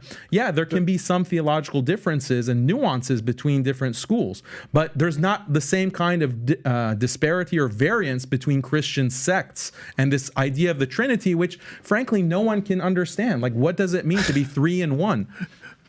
Let me respond to that. Let me respond to that. My brother is mentioning divisions between Catholics and Protestants. If I go back, there are divisions among the follower, the disciples of Muhammad, the Sahaba themselves. They killed each other. You know that the wife of Muhammad went and killed the followers of Ali in Mawqi'at al-Jamal. Thousands died among the first disciples. This didn't happen between Peter and John, by the way.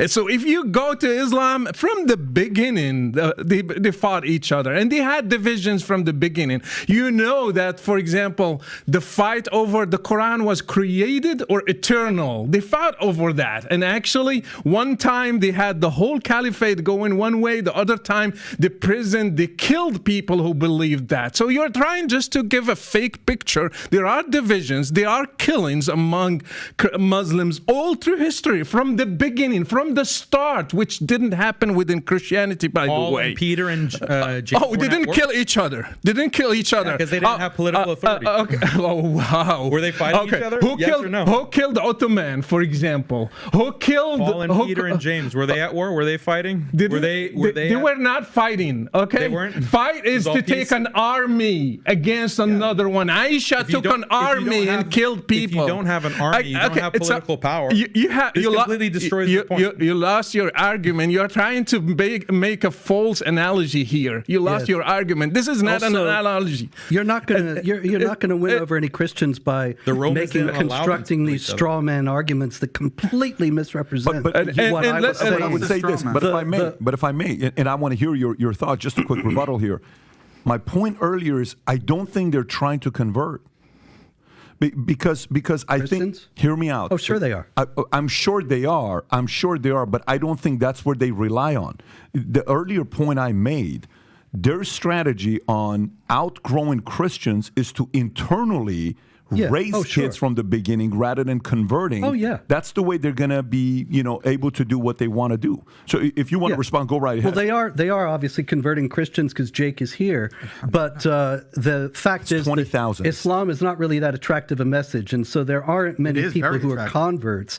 Most of the people, like you're saying, the reason why it's growing is because of polygamy and because the women have many, many more children than women in the West do. But in any case, the points that I was making, you're completely misrepresenting and running with your misunderstanding and claiming I said things I never said. The point that I was making was that the Old Testament and the New Testament, as I said before, are records of an evolving understanding among the people of God. And that because of that evolving understanding, they came to realize that these things had no applicability for all people for all time. The idea that the Old Testament is not applicable for Christians is in the New Testament itself. That's actually a large preoccupation of the New Testament, that they are the Christians are free from the law. And so you bring up these Old Testament examples, the big difficulty you have is that nobody in the Christian world is thinking this is marching orders for today, whereas people read the Quran, unfortunately, they do think that when it says kill them wherever you you find them. When you meet the unbelievers, strike the necks, and so on and so on. They do believe that these things are marching orders for today because the Quran does not have these different stages of development. But this doesn't mean in Christianity that just anything goes. In Catholicism and Orthodoxy, you have the apostolic succession and the authority of the bishops who can authoritatively interpret the scriptures and set the doctrines. And those doctrines have been consistent from the beginning. It's not as if it's some free-for-all. No, Patrick, Excuse me, you're interrupting once again, and I never interrupted you.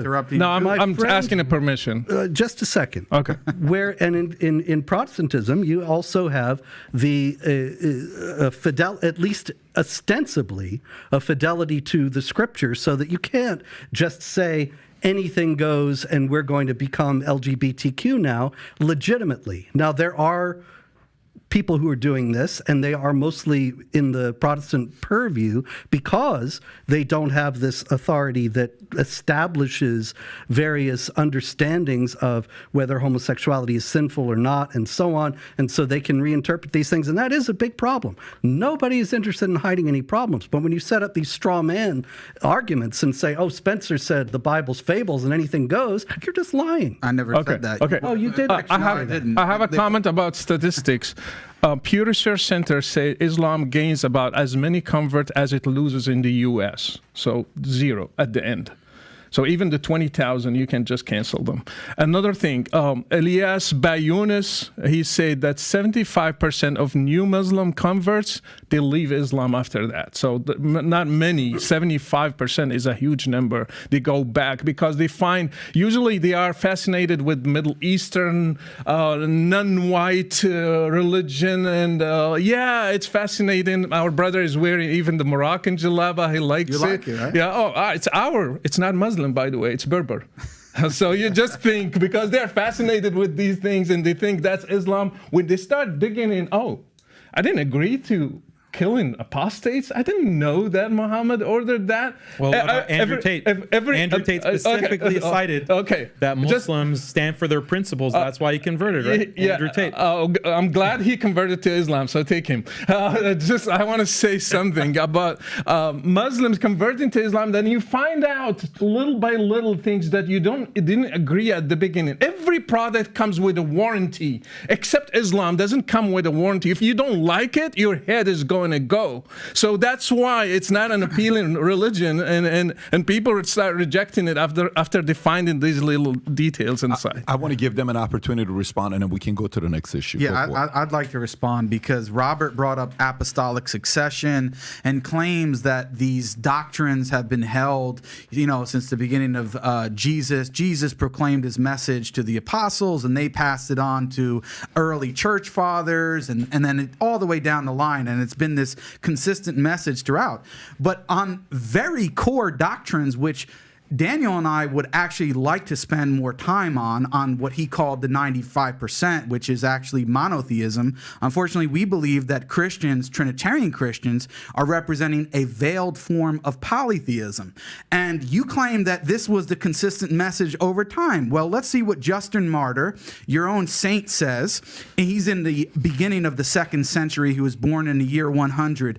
In his famous dialogue with Trypho, chapter 56, he says this. Let's see if his theology is the same as yours, Robert. I shall attempt to persuade you, since you have understood the scriptures of the truth of what I say, that there is, and that there is said to be, another God and Lord, subject to the maker of all things, who is also called an angel, because he announces to men whatsoever the maker of all things, above whom there is no other God, wishes to announce them. So Justin Martyr says that Jesus is a second God, is another God, separate and distinct, and he is a lesser divinity. Now, John Baer, who I'm sure you would know is a famous Eastern Orthodox authority today, he comments on this passage passage, and he says this: "As it is not God himself who thus appeared and spoke with man, the word of God who did all of these things, for Justin, quote, another God and Lord besides the maker of all, who is also called his angel, as he brings messages from the maker of all, above whom there is no other God." Then he says about this passage, "The divinity of Jesus Christ, another God, is no longer that of the Father himself, but subordinate to it a lesser divinity." Now, that's just one example. Justin Martyr, who you would consider a saint, you may even pray to, as the Eastern Orthodox pray to dead saints, but the reality is that your theology, according to you, on the Trinity is actually more correct than the person that you're praying to. And I can go through a whole more list on key doctrines, like the doctrine of the incarnation, the atonement, and the Trinity itself, that the early church authorities like Justin Martyr, Irenaeus, Tertullian, and on up into the 4th century never preached the doctrine of the Trinity, sir. So when you make the claim that your message has been consistent without, what we see in the very beginnings on the fundamental point of who God is, you did not have the same doctrine. It took to get to the 4th century, and that's why Christianity, because at its very beginning was very comfortable with development. Oh, who is God? Is a man God? Is he God and man at the same time? So if you can have those sorts of developments, of course you can have developments about how laws are applied and whether or not we should be celebrating LGBTQ and all of that. That's your history, sir. Not at all. Actually, no.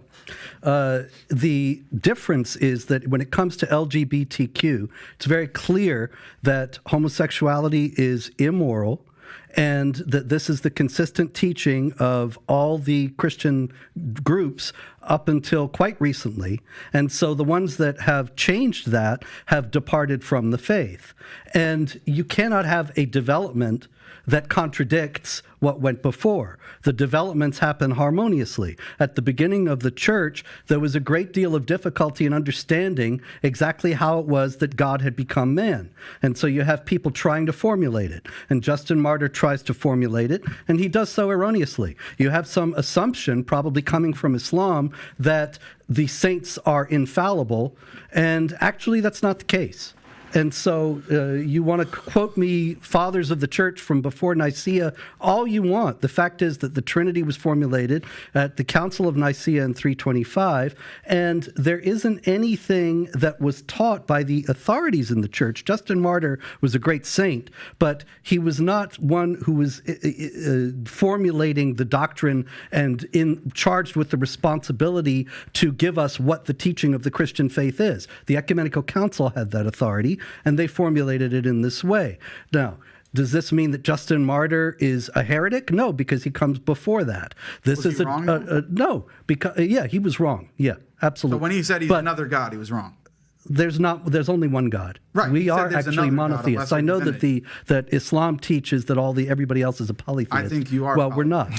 And so Justin Martyr was wrong about that. I'd be happy to speak and about this that just next time. doesn't pose a problem for Christianity. It does, because as you said, the doctrine of the Trinity doesn't come until the 4th century. So why? No, there were people teaching it from the beginning. Justin Martyr wasn't. Robert, I let you talk. You're interrupting me now. Listen, as I said, you just said that the doctrine of the Trinity came about and was established at the Council of Nicaea in the 4th century in the year 325. We can talk about it another time, because we would actually like to talk about theology. We want to talk about that 95%. So maybe we can do that another time. But the point is, and I challenge you, and I will be happy to debate this another time, that in the first 300 years of the church, you do not have a single church father, whether it be Justin Martyr, Irenaeus, if you want to go to Tertullian, although some people think he's just a church writer, down through the line up until the 4th century, they did not teach the doctrine of the Trinity, and I will defend that position anytime, any place. Okay, because sure, there were plenty of church fathers who taught the Trinity. Ignatius of Antioch. There were plenty of church fathers who taught the Trinity before Nicaea. It didn't spring out of nowhere.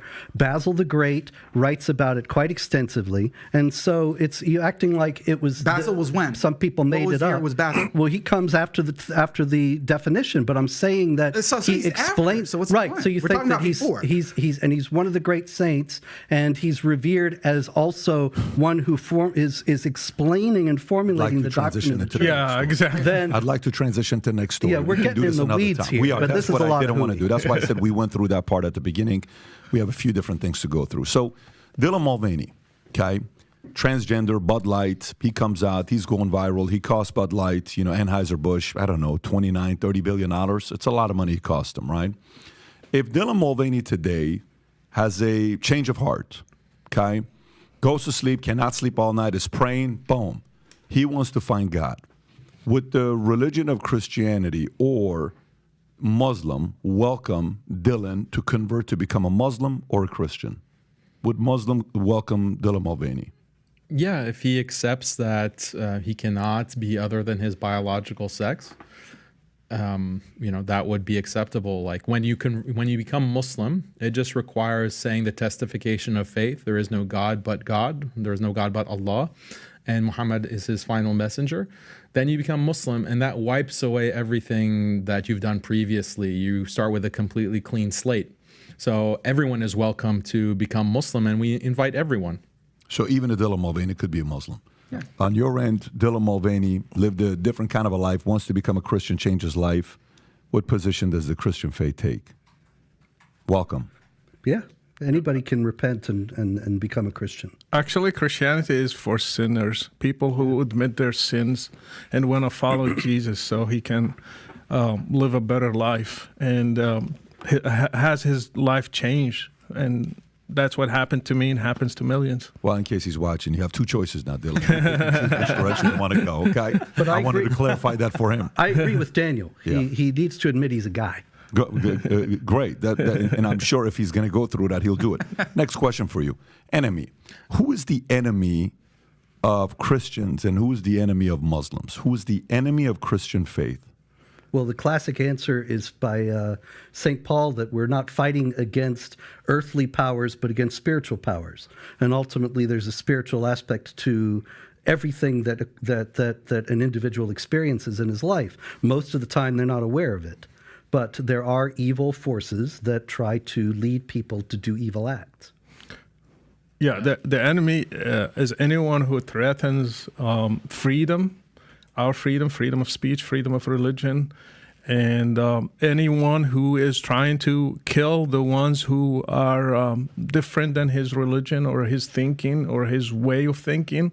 So any worldview that will threaten my freedom, my way of life, my way of changing, choose today to be a Christian, tomorrow a Jew, tomorrow an atheist, anything that will threaten that my choices and will force me just to follow one way, I will consider it an enemy.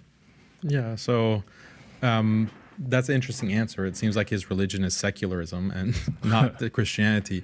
But when it comes to Islam, the biggest enemies defined in the religion is number one, Satan, because he tempts people and takes them off of the straight path. Then what's called dunya, which is like the worldly life, which is a delusion, the life to come, the afterlife. That is the true reality. Dunya, exactly. So we have to be focused on God and worshiping him and being on the straight path. And then also our desires like lust that will cause us to commit sins.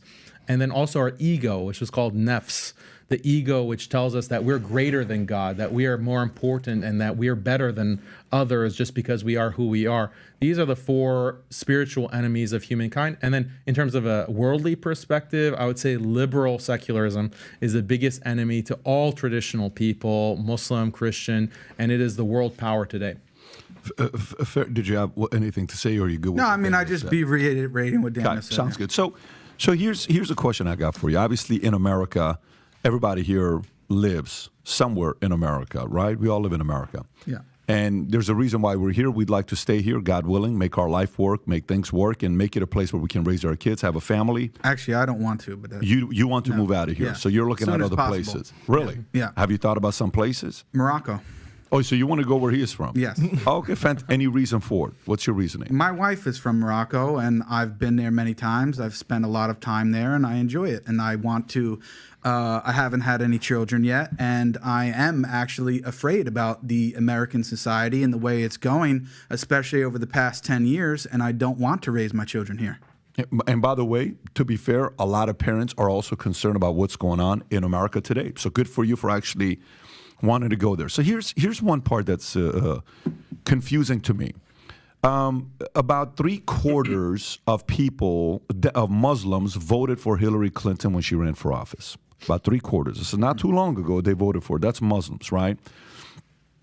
Today, 74% of Muslims vote Democratic. Okay, when I look at values and principles, I'll give you top 10 issues for the 2024 ticket for Democrats and Republicans. And I kind of want to get your thoughts here, because this is an area where I feel like, Muslims and Christians can actually be unified in certain areas. And if we do, it's going to be a formidable opponent to go up against. I'm sure they're not going to like this. So 10 most important issues for Democrats in 2024. Number 1, climate change and environmental policy. Number 2, healthcare.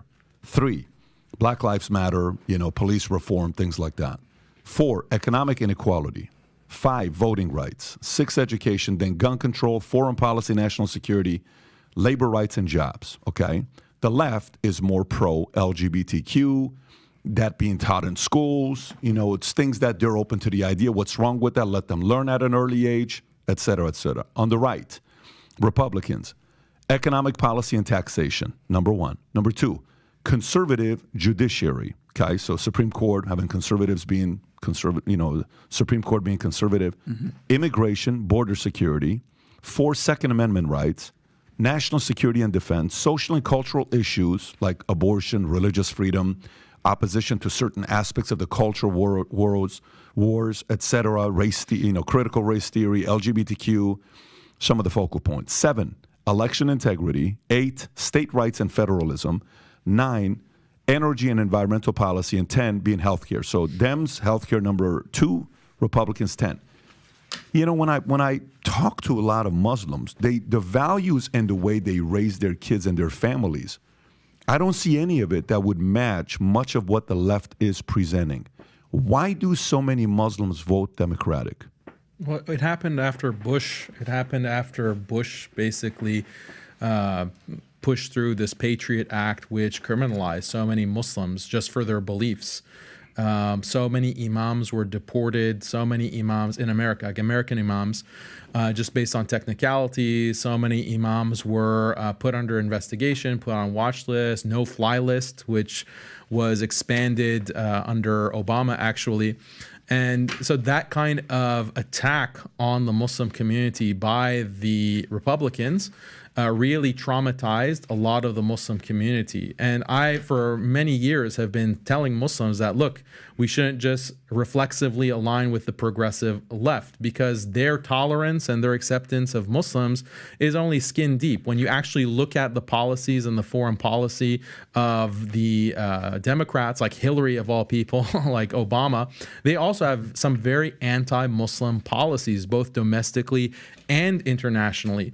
And we have to look beyond the niceties, like Joe Biden will come on and say, inshallah, or Ramadan Mubarak, and maybe a Republican won't do that. So just because he gives you that nicety, you're going to bow to that political party? That makes no sense. We should not align with one particular party. We should maintain our independence, and others should cater to the Muslim community as a voting bloc, as opposed to us giving our allegiance to one side reflexively in the way that has been done in the past 10, 15 years. Got it. What would you say, Jake? No, I would just reiterate the same thing so we can give them a chance. Robert, what are your thoughts on this one here? Because to me, I look at the history and I have the conversations, and I'm always, surprised on what value from the left. I know there's a part of it's like, well, the right is more pro-Israel than the left is. Sometimes the right is too much defensive of that, and the left is a little bit more open to the idea. But what would you say? Well, Israel does have something to do with it. And it is also a lot, actually, what Daniel said, some of it was actually true, that the policies of the Bush administration and some of the things that still linger were so incredibly wrongheaded, and Muslims were quite resentful, in some cases with immense justification. At the same time also, and I think this is the heart of the matter, the left is sold out to the idea of racism and is obsessed with the idea of racism. Islamic groups in the United States, particularly after 9/11, but before that also, like the Council on American Islamic Relations, Muslim Public Affairs Council, and others, they very skillfully have portrayed any criticism of Islam, even opposition to jihad violence and Sharia oppression of women and others, as racism and bigotry. And, Daniel actually has said in some of his debates that you criticize the left's agenda and you get put on hate lists and deplatformed. Well, that's actually happened to me because I spoke the truth about Islam, and the left does not want that out. They are completely sold out to the idea that that Muslims are all of one race and that they're non-white, and that consequently any opposition to Islam is just racism and white supremacy, and that consequently they have to stifle all criticism of Islam and all opposition to jihad and defame and destroy those who speak that criticism. And so the Islamic groups love that because Sharia actually criminalizes criticism of Islam and it carries the death penalty. But your work is racist, though. Your work is racist. That's a lot of hooey. Your site calls for investigation of me, like his site. He is called to investigate me. Yeah. Well, yeah. do you read your own site? You do call for the death penalty for apostasy and so on. He has 4 articles on his site dedicated just to me that I need to be investigated because I don't agree with LGBT. May I respond? On his site. The thing about Robert Spencer, and I'm glad that he brought up this issue of racism, he is a racist. Like his site, anytime a Muslim anywhere or any Middle Easterner, doesn't have to be a jihadi or doesn't have to be a Muslim even, commits a crime, he puts it on his site and says, oh, jihadi, Islamic terror. And he creates this fear-mongering against immigrants. And imagine if you had a site dedicated to whenever a Jewish person committed a crime, you say, oh, Judaic violence, and you called your site Jew Watch. Or anytime a black person committed a crime, say, oh, Black Watch, this is black terror, this is black crime. That's what he does to Muslims, and he's had a long career of this. He was involved in the same counterterrorism work with the Republicans that he's now decrying and saying, oh yeah, I disagree with that. You were a part of that effort. You were a part of those administrations. Daniel, you're lying. Them. You're lying again. I did advise the FBI when I was invited. I advised the FBI and military groups, CIA a couple times. Absolutely, yes. Yeah. And that was mid-level people who invited me who were trying to change the point of view of the higher-ups. And that's why I got in. Yeah, that's not like constitute me as terrorists. And I wrote... I have the CIA. No, you're lying. These 3-letter agencies Daniel, on me because of the kinds of work... You're defaming me and you're lying, and I need to have a chance to respond. Yeah, there are 4 articles there. How many articles are at Jihad Watch? About 80,000, going back 20 years. Muslims there like are 4 that mention you, and 3 of them I didn't write. So I'm not entirely versed on everything they say. You take mainstream Muslim speakers like me and you depict them as terrorists, you are not as mainstream. Hate mongers who need to be investigated. You are a hate monger, and you approve. Did you not approve of the Taliban? I approve of many Muslim governments. Do you approve of the Taliban? Yes or no? You always do approve of the Islamic Emirates of Afghanistan. Okay, great. Yes, I do. So I track jihad. Do you approve of excuse me? Do you approve of the Russian Orthodox Church invading Ukraine? No. No, you don't? So you denounce the Russian Orthodox? Yeah, sure. Okay, your own church, great. The hierarchy. That's not my church. It's par for You're not Orthodox. Robert. I am Orthodox. You have you have no understanding of Christianity. You've denounced the Bible. I am Greek Orthodox. Jesus. Okay, no, you're fine. lying again. You set up these straw man. But the point is that he's racist. He's been cited by terrorists. Anders Breivik, who killed about 100 people in Norway, cited Robert Spencer. He said, read everything from Robert Spencer about Islam. Am I going to have he gets endorsed from terrorists. He keeps multiplying these things. And so you have to allow for some time. Would you accept with a site called Jew Watch? Answer that. It's not an analogy. If my sites were Muslim Watch, then yeah, you would have a point. But it's not. It's Jihad Watch. And jihad is people killing innocent people, terrorist activities, flying the planes into the buildings on 9/11, and so I track jihad activity. Muslims didn't fly any excuse planes me, into you anything. you are interrupting again. And you were trying to make sure that I can't answer this defamation because you know that it's lies and you want to make sure the truth doesn't get out. But the fact is that the site tracks jihad activity, and it is a lie that if a Middle Eastern or a Muslim person commits a crime, I put that on the site. I only put it on the site if there is justification for the behavior in Islamic texts and teachings. You think that Islam advocates for random killing of people? That's false. There are think plenty of Islamic authorities that I can give you there are plenty who justify of that verses kind of in thing. the Bible that justify that kind of thing. So anytime a Jew commits a crime, you are interrupting yet again. You put it on a site and call it Jew. Excuse me. There are plenty of Muslims who will justify, Muslim clerics who justify the behavior, and I give the quotes. People that have been condemned. Excuse me. We can give them. And as far as Breivik goes, I knew this was going to come up at some point. It is a total lie. It was a total lie from the beginning. And I was ready for it, so I actually have what Breivik actually said. The Muslims showed us that deadly shock attacks are the only tool we have at the moment which will guarantee that our voice is heard. That's on page 1351 of his insane Read what he says about you. Yeah. Read what he says about you. He quotes me, and he quotes a lot of other people. He says, I recommend everything Robert Spencer has written on Islam. Did he say that or not? Did he say that or not? Say that. Okay. Now, do you realize what you're saying here, what you're getting yourself into here? No, because I just want to make me. You have the same. Excuse me. You keep talking over me because you do not want the truth to get out. You asked me a question. Now, you asked me a question. Breivik you have the same ideology as Breivik. You have the same anti-immigrant ideology as Breivik. Breivik actually criticized me because I would not call for violence. Can you unpack for the audience what you guys are talking about? Breivik is this crazy man in Norway who killed 77 people at a youth camp. They were not Muslims, incidentally. They were just kids. He was a nut. He was a lunatic, and he wrote this 1,300-page manifesto, which is very suspect.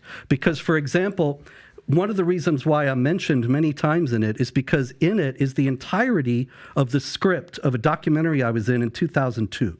And I asked the producer of the documentary, how did this lunatic get the transcript of the documentary? And he said, I don't know. Not only was it never published, but it was never even made. We never made a transcript. And this guy who speaks broken English in half of his manifesto is suddenly perfectly transcribing over 100-page documentary in which I'm mentioned multiple times and speak multiple times. It's very suspect. And we don't know if it was who was behind it, who was with him. I'm suggesting his manifesto was, You don't think he obviously the killing was real, but I think he might have written part of it, but he certainly had help. He didn't write Now, anyway, the thing is that he said that the Muslims inspired him to do violence. He says that very clearly. I just gave you the quote. If being quoted by a bad person makes one evil, then the Quran is quoted all the time. My position. The Quran you're is quoted. strawmanning my position. The Quran is quoted all the time by terrorists. So if I am guilty because Breivik quoted me, then the Quran is guilty because terrorists quoted all the time. I'm going to give Daniel a chance to respond, and then we have 17 minutes left. I haven't even finished responding to everything else he said before. Did you have a follow-up on what you wanted to say? So the thing is, my point wasn't that, he just cited Robert and that makes Robert bad. That wasn't my point. My point was that Robert shares the same ideology as that terrorist. The terrorist had the view that immigrants are a problem, specifically Muslim immigrants. They cause a problem for Western society. We need to stop immigration. This is a white supremacist, white replacement type of ideology, which Robert either shares or he basically facilitates with his site, which takes any time a Middle Eastern person commits a crime. And the best example, he claims that, we check whether the person has a Muslim background and has some kind of Muslim ideology. This is false. Just recently in June, there was a Syrian who stabbed children in France. And Robert immediately posted another Muslim jihadi attack on his Twitter. His site put up an article. Then it turns out that this guy is a Syrian who's a Christian. His name is Abdul Masih, which means slave of the Messiah. He's a Christian. And all of the major news reports, BBC, France 24, reported that this was a Christian, actually. actually. Robert doubled down and he said, no, this is a Muslim, and his site continues to have an article up that says this Christian is actually a Muslim who stabbed children in a playground. This shows that's a racist. This is a racist ideology that he's promoting, because it's not based on ideology. He just sees a Middle Eastern name and says this is Islamic terror. And that's just one recent example. Many examples of this. Recently, like there was a stabbing in Brooklyn. I would like to spend 2 more minutes on this. Okay. Because then I have to have a chance to respond. You have a go forward and respond, and we're going to move on to the next As far topic. as the guy in June goes, he said he was stabbing babies, and he says, "Praise be to Jesus Christ." Now, this is obviously he's somebody who's trying to imitate, whether he's a Muslim who is pretending to be a Christian. ISIS has called for Muslims to pretend to be Christians in the West and carry out terror attacks. So that's a possibility. Also, there were people who knew him who stepped forward, and there were stories about it in the French press that said he was actually a Muslim. So I reported on these things. And I reported when he said he was a Christian. It's all there. It was a developing story, and there were several articles that we had about it. But the idea that there was some deception, much less racism, that's just Daniel trying to demonize somebody who actually agrees. I agree with Daniel about Islam. That's what I'd like to do. That's the funny thing about it. That's why you call for my investigation. I didn't. I'd like to go to the next phase. But I think you should be, yeah. Yeah, there you go. I'd like to go to the next phase. What do Christians and Muslims have in common? What do they have in common? Well, they would disagree, but monotheism is certainly one thing. Definitely not. And there is in Islam the appropriation of the biblical prophets, such that it's kind of invasion of the body snatchers Christianity. I mentioned the movie before. They take your personality and give you a different one. And so you have Abraham, you have Moses, you have Jesus in the Quran, but they're completely different figures from what they are in the Bible. Robert, what do Christians, Muslims, and Jews have in common in America? What values and principles do Muslims, Christians, and Jews have in common in America? Yeah, there's a general, probably in some aspects of sexual morality, with the exception of polygamy and sex slavery of infidel women and some other things like that, wife beating. But otherwise, you have the idea of the value of marriage. That's something certainly that they have in common. What would you say? What do Christian, Jews, and Muslims have in common? Values and principles in America. Yeah, we have shared values with actual traditional Christians. When it comes to Reform Christians, they're basically like Reza Aslan, Christian versions of Reza Aslan. Can you even call them Christians? With traditional Christians that actually care about the Bible and just don't call it a book of fables, we have values in marriage, preserving marriage, preserving chastity, modesty, opposing sexual immorality, preserving gender. The concept of gender is so important. That's a shared value with traditional Christians and traditional Muslims. The importance of the family, respecting parents, respecting, raising children the right way, raising children to respect these values of morality, communities coming together. These are all shared values. They're traditional values. Do you think... Belief in God and caring about God.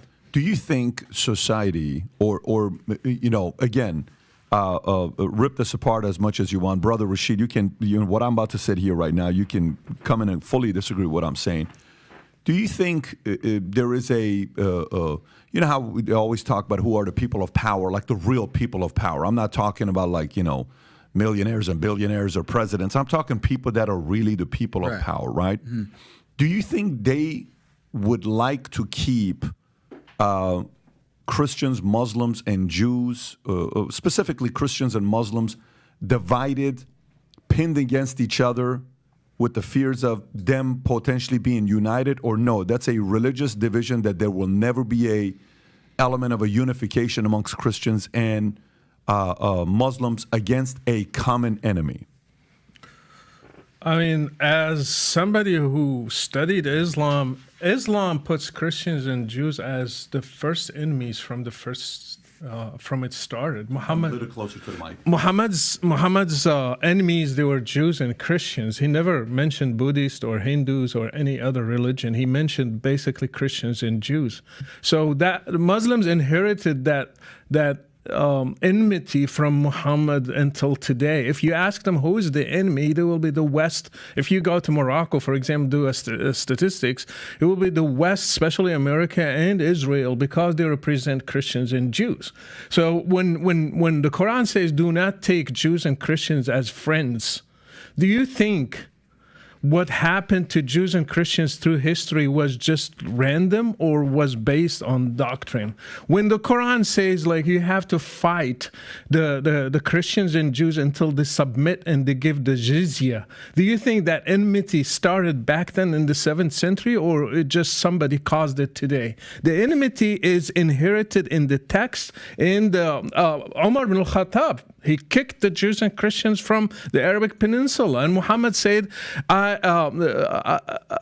will kick out Christians and Jews until only Muslims are kept in the Arabic Peninsula. When he was dying in his deathbed, he said, cursed be on Jews and Christians because they took the graves of their prophets as shrines. So all these things are embedded in Islam. Actually, my book, the ideology behind Islamic terrorism, the first chapter is, in the beginning, it was hatred.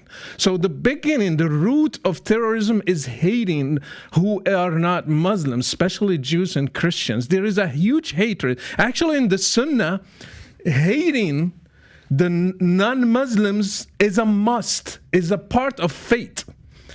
Al-wala wal-bara, they have a doctrine called al-wala wal-bara. You have to take only believers as your close friends and close allies, and you have to hate disbelievers. So this is inherited. If somebody want to follow Islam by the letter, he should take Christians and Jews as enemies. Look, I'll answer your question. The powers that be, do they want to divide Christians and Muslims? Yes, absolutely.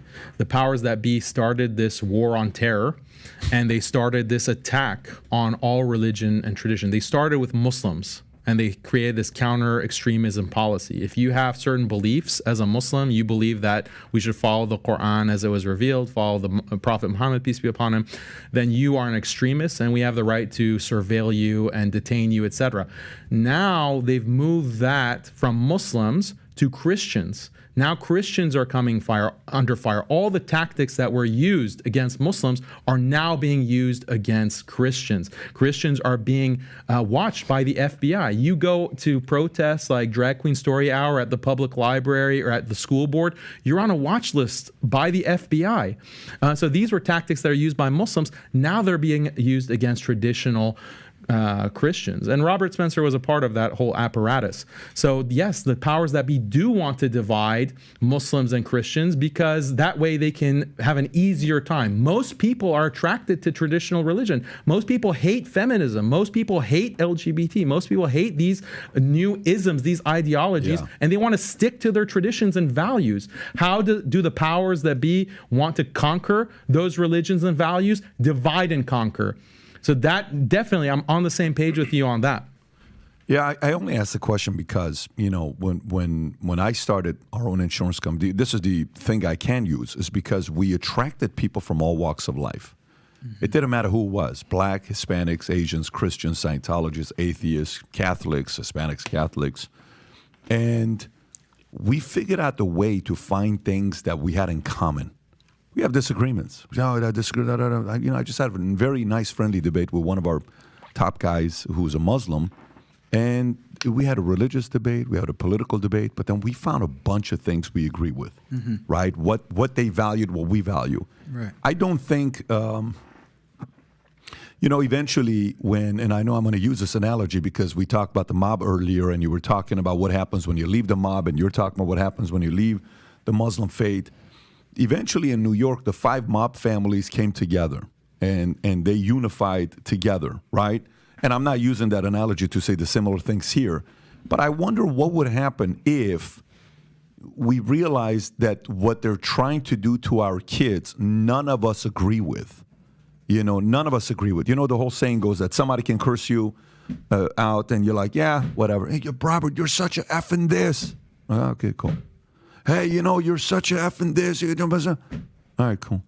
Hey, let me tell you, you know, you're a loser. Cool. All right. Hey, I'm going to turn your kids into teaching them about LGBTQ at 5 years old. I'm sorry? What did you say? I'm going to do that. In Armenians, like, you go after the mother? No, we're not doing that. You go after Prophet Muhammad? Hey, what are you talking about? What are you doing? This is not okay with us. I think, that's happening today, and I don't know if it's there right now, but I would be very interested in finding ways to get more and more of these communities together to talk. We're going to have differences. We're going to have philosophical differences when it comes down to religion and theology and this and that, of course. And by the way, I'm not sitting here saying I agree with some of the values and principles that your church offers or your faith offers. I can't live like that. But I respect the fact that you respect it and you're devoted to it. It doesn't mean it's something I want to do, but at the same time, you're talking family, you're talking kids, you're talking certain things that we could agree on, traditional values that you're talking about. I can get behind that. Somebody may watch this and they're Muslim, they're looking at Robert, and Robert's obviously the biggest antagonist on this show today because naturally you've written the most things that's upset the most from the Muslim side, so you're going to be a target. And you've taken it like you've been a good sport about it. You've sat here and you've heard and you've given your position. Jake's come at you very prepared. I think Jake has done a phenomenal job with his arguments that he's had. Daniel's been very respectful. Brother Rashid, you have been, from your standpoint, extremely passionate about what you've done. And to be quite frank, your testimony is probably the most powerful one out of all of ours at this table. Thank you. Because you've gone through it. You went through it. You've seen the pain. And at the end, though, the audience, I hope, gets to see again that we can sit down, have a conversation, be respectful. Everybody made their points. There was no limitations on what one could say. And I think the real bigger enemy is not going to like us finding ways to unify. I just don't think they are. And the role I'm playing here is an element of my own curiosity and long-term finding ways to, fastest way to eliminate an enemy is to turn him into an ally. I'm trying to find ways if we can have some kind of a relationship and unify folks from different sides and see where this can go. So having said that, we are at the end of the podcast, at the end of the discussion that we had. Appreciate everybody's sportsmanship and being respectful to one another. For the most part, everybody was respectful. Rob, let's make sure we put the links below to everyone's book so everybody knows, as well as if you do have a YouTube channel, if you'd like to promote it so people know to come and find you as well. You do have one. If you don't mind sharing yours, everybody, if you can do that, and then we'll wrap it up. Go for it. My YouTube channel is The Muslim Metaphysician. So if you just typed it in on YouTube or any social media platform, Twitter and whatever else, you should be able to find it there. I mostly discuss theology with Christians and atheists. So that's what I focus on, and you can find it there. Daniel? Yeah, I have the Muslim Skeptic channel and also MuslimSkeptic.com, where we really debate a lot of these issues that are brought up. We didn't get a chance to get into detail on some of these issues like minor marriage, quote unquote, wife beating, etc. So I really analyze these topics and I explain them in a way that audiences can understand and really appreciate the Muslim perspective, the Islamic perspective. And I appreciate you, Patrick, for doing this and having this kind of conversation. I think it's really valuable, and I appreciate you for that. Yeah, I'd like to add that too, because I didn't get a chance to say that. I think that you've been very fair, and we appreciate that. Also, one more plug that I can make, for Muhammad Hijab. Because Muhammad Hijab, you talked to him and Eddie, and they facilitated this. So I really hope that you have Muhammad Hijab on here, because he's really a amazing Muslim public intellectual, and he'd be, you have a great conversation, inshallah. I would love to have a very influential gentleman like Muhammad Hijab, one from the Jewish community and one from the Christian community, for all of us to have a conversation together. I realize 2 hours is not enough, 2.5 hours is not enough. I think that may be 3-4 hours, but we'll figure something out. I know you have a channel. I know you're all over the place as well. Yeah, I actually, I'm a little bit lagging in terms of the videos. I have a YouTube channel, Jihad Watch Video, and every Wednesday evening, whenever we can do it, David Wood and I do a show, This Week in Jihad, covering the latest news. But unfortunately, I don't have a whole lot else there. I've been focusing on writing books. I have the Critical Quran and book, The Empire of God, How the Byzantines Saved Civilization, A History of the Roman Empire and the Byzantine Period. That's coming in November. I'm also writing a new biography of Muhammad, a critical biography, evaluating the historical value of the various texts. I'm about halfway done with that. That'll be out next year. Fantastic. Thank you, Brother Rashid. Yeah, I have a website called brotherrashid.com and also a YouTube channel called Brother Rashid TV, and also have Twitter account. You can find me, Brother Rashid. Facebook page. Have 2 million followers on Facebook page, so you can find me there. And also my book is on Amazon if you want to buy it. The ideology behind Islamic terrorism, it's there. What a weird podcast this has been. I mean, seriously, if you think about but it, crazy. Thank you so much, Patrick, for doing this. Thank you very much. Anytime, guys. Thank you again for being respectful and being a sport about it. This was fantastic. Hopefully in the future we'll do many more of these again. Gang, for those of you that watched it, I hope you appreciated this conversation as much as I did. Have a wonderful weekend, and we'll do this again next week. Take care, everybody. Bye-bye, bye-bye. السلام عليكم. لا تنسوا الإعجاب بالفيديو والاشتراك في القناة تشجيعا لنا لنستمر بنشر المزيد إن شاء الله.